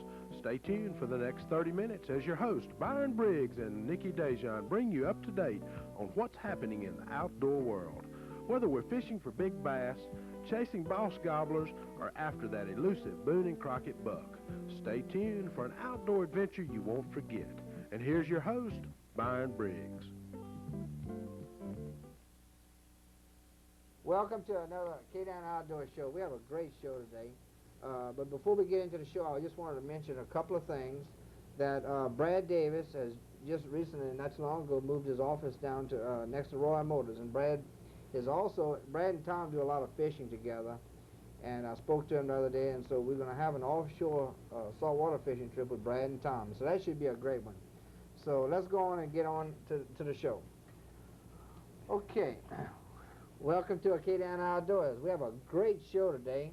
We have a fishing trip down at Black Lake. And before I get into that, into the Black Lake fishing trip, I wanted to mention a few things. I have a good friend of mine, Paul, with Regional Ambulance Service. He's a member of a deer hunting club, and it's 50 miles north of Alexandria, and it consists of 6,000 acres of land, and there's a limited membership, and he asked if anybody's interested in joining a good deer hunting club. It's $300, so I just wanted to mention that, and there's no dogs allowed in the hunting club. And also, I just got a news release, just came off the press, that there was a 15.54 pound bass caught up at Cane Lake on a 5,000 acre up at 5,000 Acre Lake up at Cane Lake. But I just want to bring those two things to you. Today we have as our guest Linda Cornett. Linda, thank you for coming by, sweetie. Thank you for having me, Byron. Okay. Linda, I know you just recently made a turkey hunt. Mm-hmm. We sure did. And Chris Birdseye has been talking about turkey hunting, and I'm not a turkey hunter. Mm-hmm. And I Neither was I No. until this weekend. Right. Yeah. So Linda, tell me how you went turkey hunting. I don't know if you really want to know, Yeah, I Byron. Well, Who'd you go with? Well, went with Jan and Tommy Buteau. Okay. And they spent the weekend with us out at our camp. And, of course, the guys had been getting up early, you know, and scouting and, you know, listening for turkeys and all this. And so Saturday, the men were going to leave. Well, they left, you know, like real early in the morning at 4:30. And so when they came back, it was that afternoon. And so we said, well, we might want to go hunting. And so they said, oh, yeah, right. So it's, oh, no, we really might want to go. So they said, well, okay, y'all can go. Here's a gun. So they gave us a shotgun, and it was a 12 gauge. I found that out afterwards. And so we said, well, we want turkey calls too. So they said, yeah, okay. So Tommy gives us this little slate deal, like, it has a little stick, and you just go like that. And then the other one was this little box call, like. And some of the guys would, you know, use mouthpieces. Right. And so we took off out into the woods, all camouflaged out, you know. And yep, Jan and I both. And so we went out and on this little road there anyway, and we sat down, and we were sitting there, and she'd call, and then I'd call. She'd call, and I'd call. And we weren't out there, I know, 30 minutes. And here comes the turkey. And we were sitting like back to back, you know. Did you hear? Did he and call? it was just coming. It was just coming towards us. There was like 3 of them, and so we started getting all nervous, you know. And I was punching Jane. I'm going, there it is, there it is. So Jan says, I think it's a gobbler. I think it's a gobbler. And so I'm going, how do you know? She says, I see the beard, and it had red, you know, all around the neck. So it got a little bit closer, and honey, I mean, she raised that gun. Boom, she hit it. Well, I mean, we took off running. And it had fallen, you know, just kind of tumbled down, and it was still flopping. So I said, don't touch it. I said, Eldon says they can be dangerous. Yeah. So she shot it again, and that was it. Yeah. And that was it. I mean, in 30 minutes. So what we did was we had one gun between the two of us and one pair of gloves. So Janet, you know, put her gloves on, and we pulled it up, and we just left it because, I mean, it was like maybe 3:30, 3:45, I guess. And we decided, well, let's go back. We might kill us another turkey. I might get one. Yeah. So we did, but we didn't, you know, we didn't see anything else the rest of the afternoon. And so the Sunday, we decided, we so good at this, we going back, and then I'm going to let Linda have the gun now. Okay. So, since Jan had already gotten hers. Well, I mean, Eldon and Tommy could not even believe this, you understand, after all the scouting they had done and everything. So, and of course, Jan and I were wild. I mean, we were jumping up and down in the woods. I can't believe I got a turkey. I can't, you know, and all this. But anyway, so Sunday afternoon, I guess we went out about the same time. And so we sitting there doing the same little thing. And all of a sudden, I saw a turkey just fly, you know, just real quick, fly down. And I punched her. So I'm going like this. And so we started calling again. All of a sudden, here he comes, out on the road. Get the gun, get the gun. So I raised him. I mean, I was shaking, I want you to know, because I had never really shot a shotgun. So I'm holding it up, and I'm going, are you sure you can see it good? And she's going, it's got a beard, it's got a beard. Are you sure? Because Eldon will kill me. Yeah. And she goes, I'm sure. Shoot, shoot, boom, and we hit it. I mean, it was just like that. The turkey did the same thing. I mean, it was like a repeat of, you know, that's that. Great. Well, we take off running, and I gave Jane the gun. I was shaking so much. I mean, I was wild. So the turkey's just laying there flopping. So I said, Jan, you shoot it. So she gets the gun. She hits it again. And it just kept rolling over, you know. And that was it. So wait, when we get back, we said, well, let's go back. We might see another one, you know. So we go back, and we saw some more, but, you know. Well, we went back to the camp that afternoon. So, you know, we laid the turkeys out, and the guys, oh, honey, they didn't get back till late, you know. And now, Eldon did kill. He killed he killed Saturday.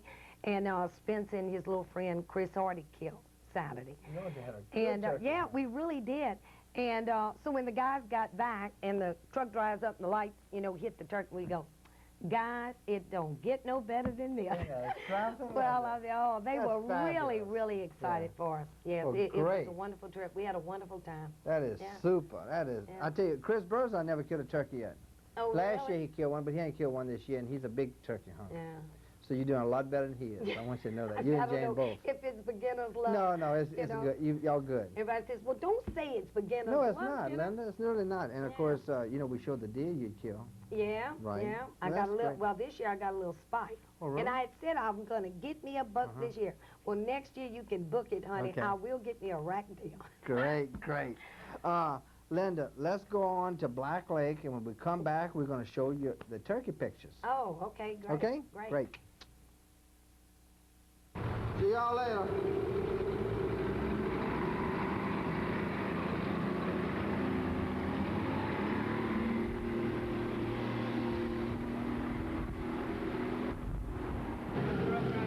What happened? Five fish already? It's big, too. Really? They're that big? Biggest one is 18 pounds. 18 pounds. That was 9. Yeah, get it pulled out. In 5 minutes. Ask Schumacher the bull question. Okay, all right.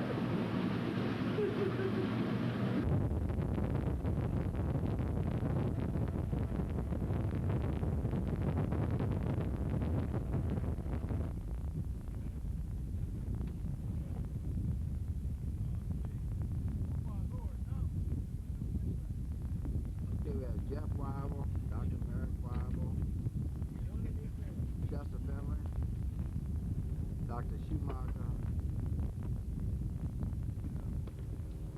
Dr. Mayer. All getting ready to go out.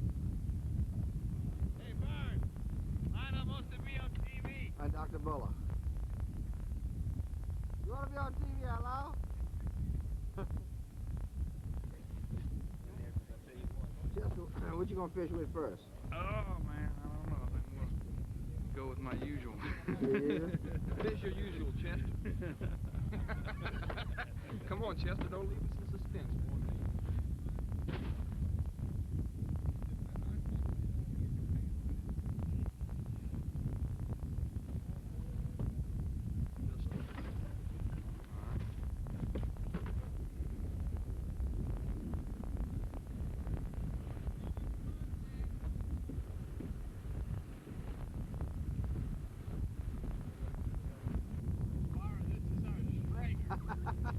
That's a stringer? That's a stringer, my fish. Put this through the mouth. Uh-huh. All right.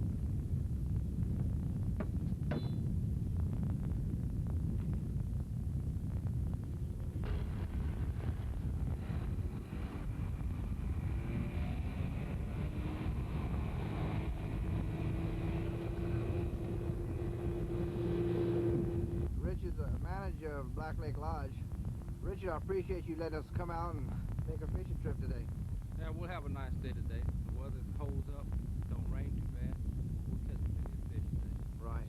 Richard, now you have complete lodge, and when we get back to the camp, I'm gonna show the viewers of the lodge.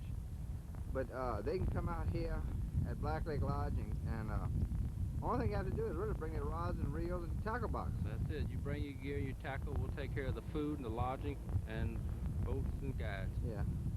You know, you have your boats already rigged up out here. The guys are all real super guys. And they really want you to catch fish. They go above and beyond. Well, we try to do the best we can to satisfy everybody. Now, Richard, tell me exactly. I know, like coming from St. Leonard Parish around Lafayette, you come down to Interstate 10 to Sulphur. When you get to Sulphur, you want to go take a left on 27. Right. And then when you get to Hackberry, I think it's like 16 mile. When you get to Hackberry, you go through Hackberry, and when you get to the little Catholic church with a little cemetery, you want to turn right there. Okay. And when you get there, you'll go over to the stop sign. That'd be like 4 miles. That's where you see your first Black Lake Lodge sign. Right. And Black Lake Lodge. Okay, what's your phone number over here, Rich? It's 762-3157. That's 318 area. Okay. And like you said, they don't need a boat. They don't need to bring nothing except the rods and reels and their tackle, and expect to catch a bunch of fish. We'll try. I know. We're gonna go out today and try and catch some of these guys catching some fish, and we're just gonna go right around. Richard, I know our viewers are gonna be really impressed with all the accommodations y'all have. Now, just looking at your boat ramp here, you just fixing to build these right now, aren't you? Yes, we have about 8 built. We have like 4 more built. But you know what's really unique about this? Every once in a while I'll give tips, and I see you have a PVC pipe on top of your 2x6 runners to slide your boat out. Yeah, that slides off real easy. I could show you. Don't take hardly much to grab it. And a big old boat like that will just slide off. Oh yeah, 20 foot, all the gear ready to go. Isn't that something? I've never seen that, and I was really impressed with that. Well, good. Well, Richard, we're going to go out and let's, we'll fish a little while, and then what we'll do is we'll go ahead and try and take some pictures of these other guys catching a few fish. And I hope all our viewers enjoy this week's show. And I've made a number of shows out here already, and everybody was really impressed for the number of fish that you can catch in a day. In other words, I came out and caught like 50 to 60 bass in a half a day. Yeah, some days you can. On days you do pretty good. I appreciate everybody that comes, and I know. Come back.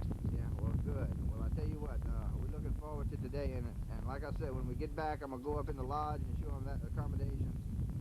Let's push this thing on fish and get started. Okay, thank you.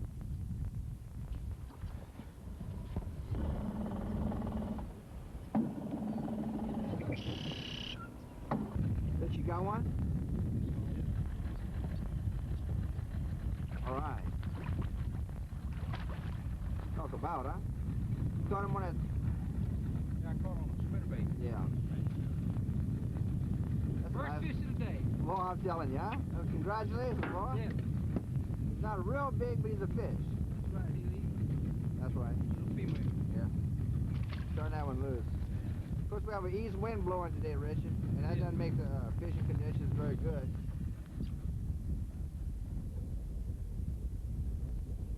Now, Richard, you fishing with a chartreuse spinnerbait. Uh-huh. With a gold blade. All right. Because it's dark today. Yeah. A lot of overcast. Right.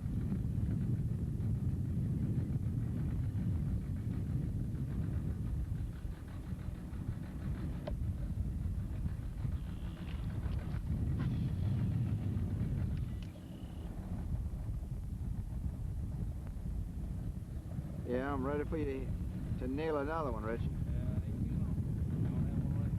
I know.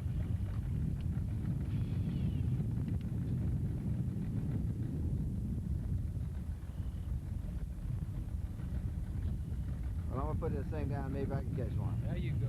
Give you a try. All right. Come on, baby. Woo! It's a good one, Richard. Oh! Come on, huh? He got off? Got off. He really was a good one, though. Yeah. Oh, my. Ain't that something? Man. Well, you can't catch them all, though, Richard. No, you sure can. But you can sure try, though. Working hard on that. Yeah.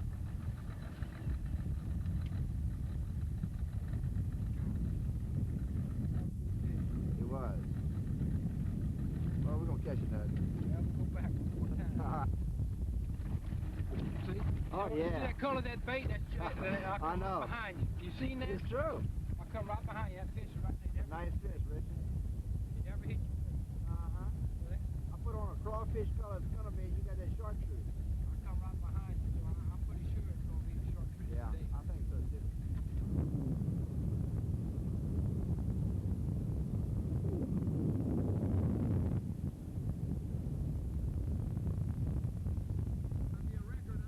Oh, yeah. You got a 5.5, Dr. Schumacher?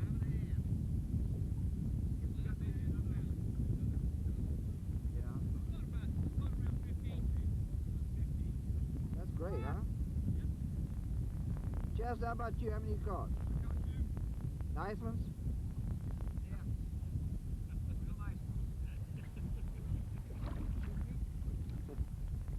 Y'all caught any grunners? Yeah.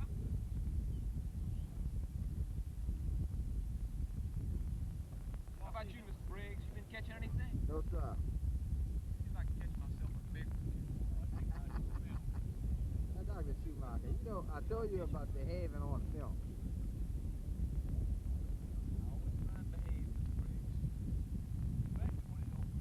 That's right.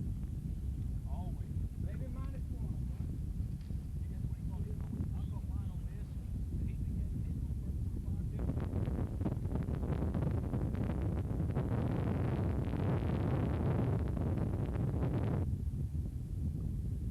How big? 8 pounds. Schumacher says he got a 5.5 pounder. But I think it's a Cypress bass. Y'all catch him, Matt? No? No, they're doing pretty good. How many they got? Richard, I believe they got about 15.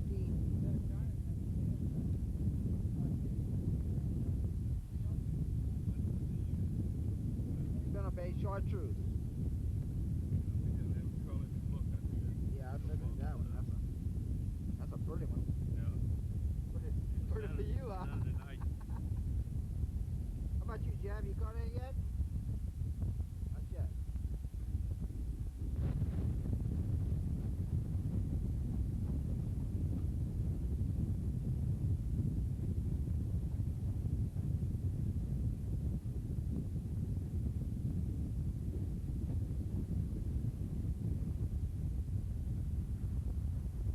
Richard, where we headed now? We're going to go to that canal. We're going to put some rattle traps on. All right. Fix that canal and try some rattle traps. Sounds good.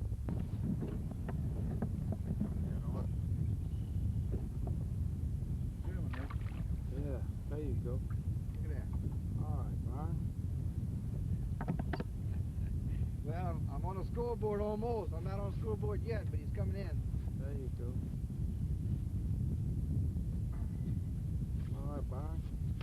Nice fishing, Richard. Oh, yeah. That's our best fish today. So far. Look at that, huh? Oh, yeah, look at that. Yeah, and I'll tell you what, I caught him with that chartreuse spinnerbait. Yeah, like I was telling you. Yeah. Uh-huh, make a believer out of it. You talk about, you know, it's funny how just a color like that can make the difference on catching fish and not catching fish. That's a nice fish. Good. Good.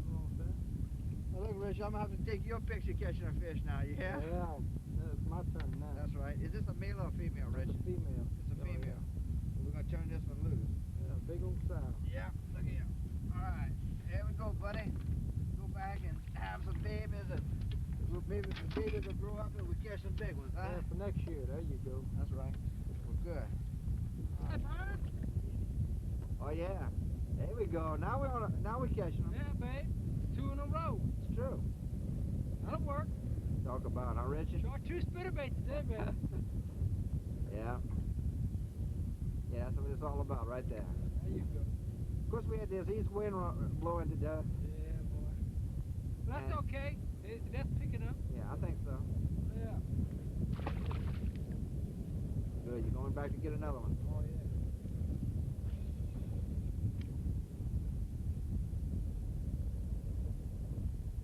Let's see if you can make it 3 in a row. No, missed. All right. I'm putting it down. I'm gonna start fishing now. Byron? Ah, I didn't get 3 in a row, but I got like 4 in a row. it's true. It's true. I tell you what, this is fantastic. Yeah, that was good there, Byron. Look at that. Woohoo! Go, Byron, go! Let me move my rod so you can get it. Oh yeah, Rich. Great, Yeah, great. that'll work. Talk about, huh? Now, is that a male or female? The female. Female. Big sow. Uh-huh. Yeah, that'll work. Oh, Byron. There comes Byron. There you go, Byron. I tell you what, I'm finally on the scoreboard, Richard. There you go. Look at Byron go. Yeah. All right, here we go. That's a little male. Yeah. All right, that's what we're looking. You caught what, 4 right there, huh? Yeah, 4 in a row, right Yeah. there. They're not monsters, but they're a lot of fun to catch. There you go. Let's put this one in the ice chest. Yeah, that's good little male there. Yeah, that's a nice little fish, and they're all healthy too. Try it again. Fishing out in open water too. Yeah.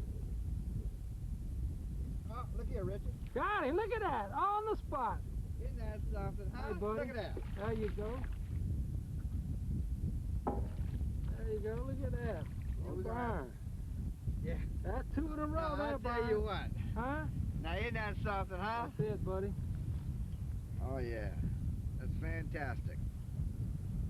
We need to go get maybe Dr. Schumacher, let him come see what fishing's really all about. There you know? you go. We caught 4 or 5 right That's there. right. That's a nice little Quick. fish. There you go. All right, buddy, you can put the camera down now and start catching them like me. There you go. Thank you. That's a male or female? That's a male. All right. We might as well keep Oh, yeah. Hey, Justin. Dr. Finley, you got one, huh? All right, Doc. Dr. Finley, turn this away. I gotta see that fish. Oh, yeah. That's a nice fish, Justin. Sure is.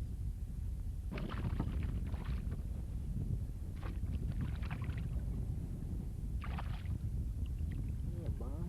Yeah. Well, Richard. Got another little one. There you go. It's a nice one, though. Yeah, it worked. Oh, yeah.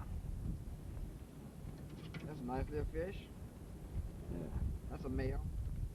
Yeah, sure. We'll go ahead and keep him, Richard. Yeah, that's good. That Yeah, little that's about dull a pound, smell there, pound and a but quarter. yeah, something like that. But they're all healthy fish. There's a lot of crawfish eating or Oh, something. It's a nice little fish, but we're gonna keep him and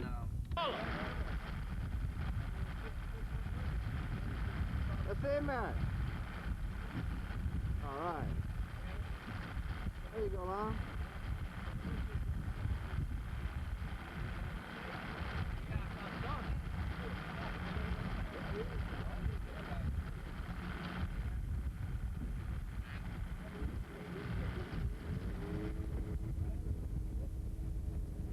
You catch your biggest one, Karen? The biggest fish.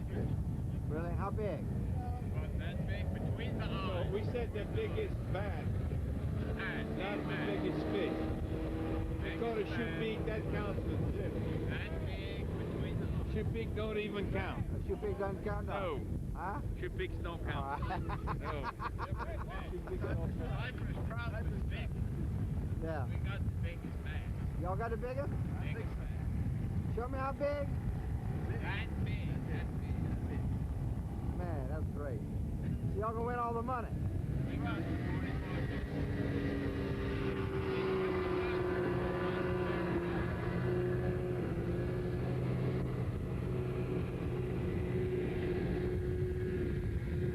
We'll have some money if you tip the guys.